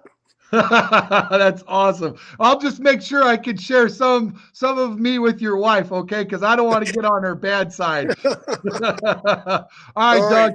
Have a good one, brother. Appreciate you. Okay. Love you, man. Thank you. Thank you. Take care.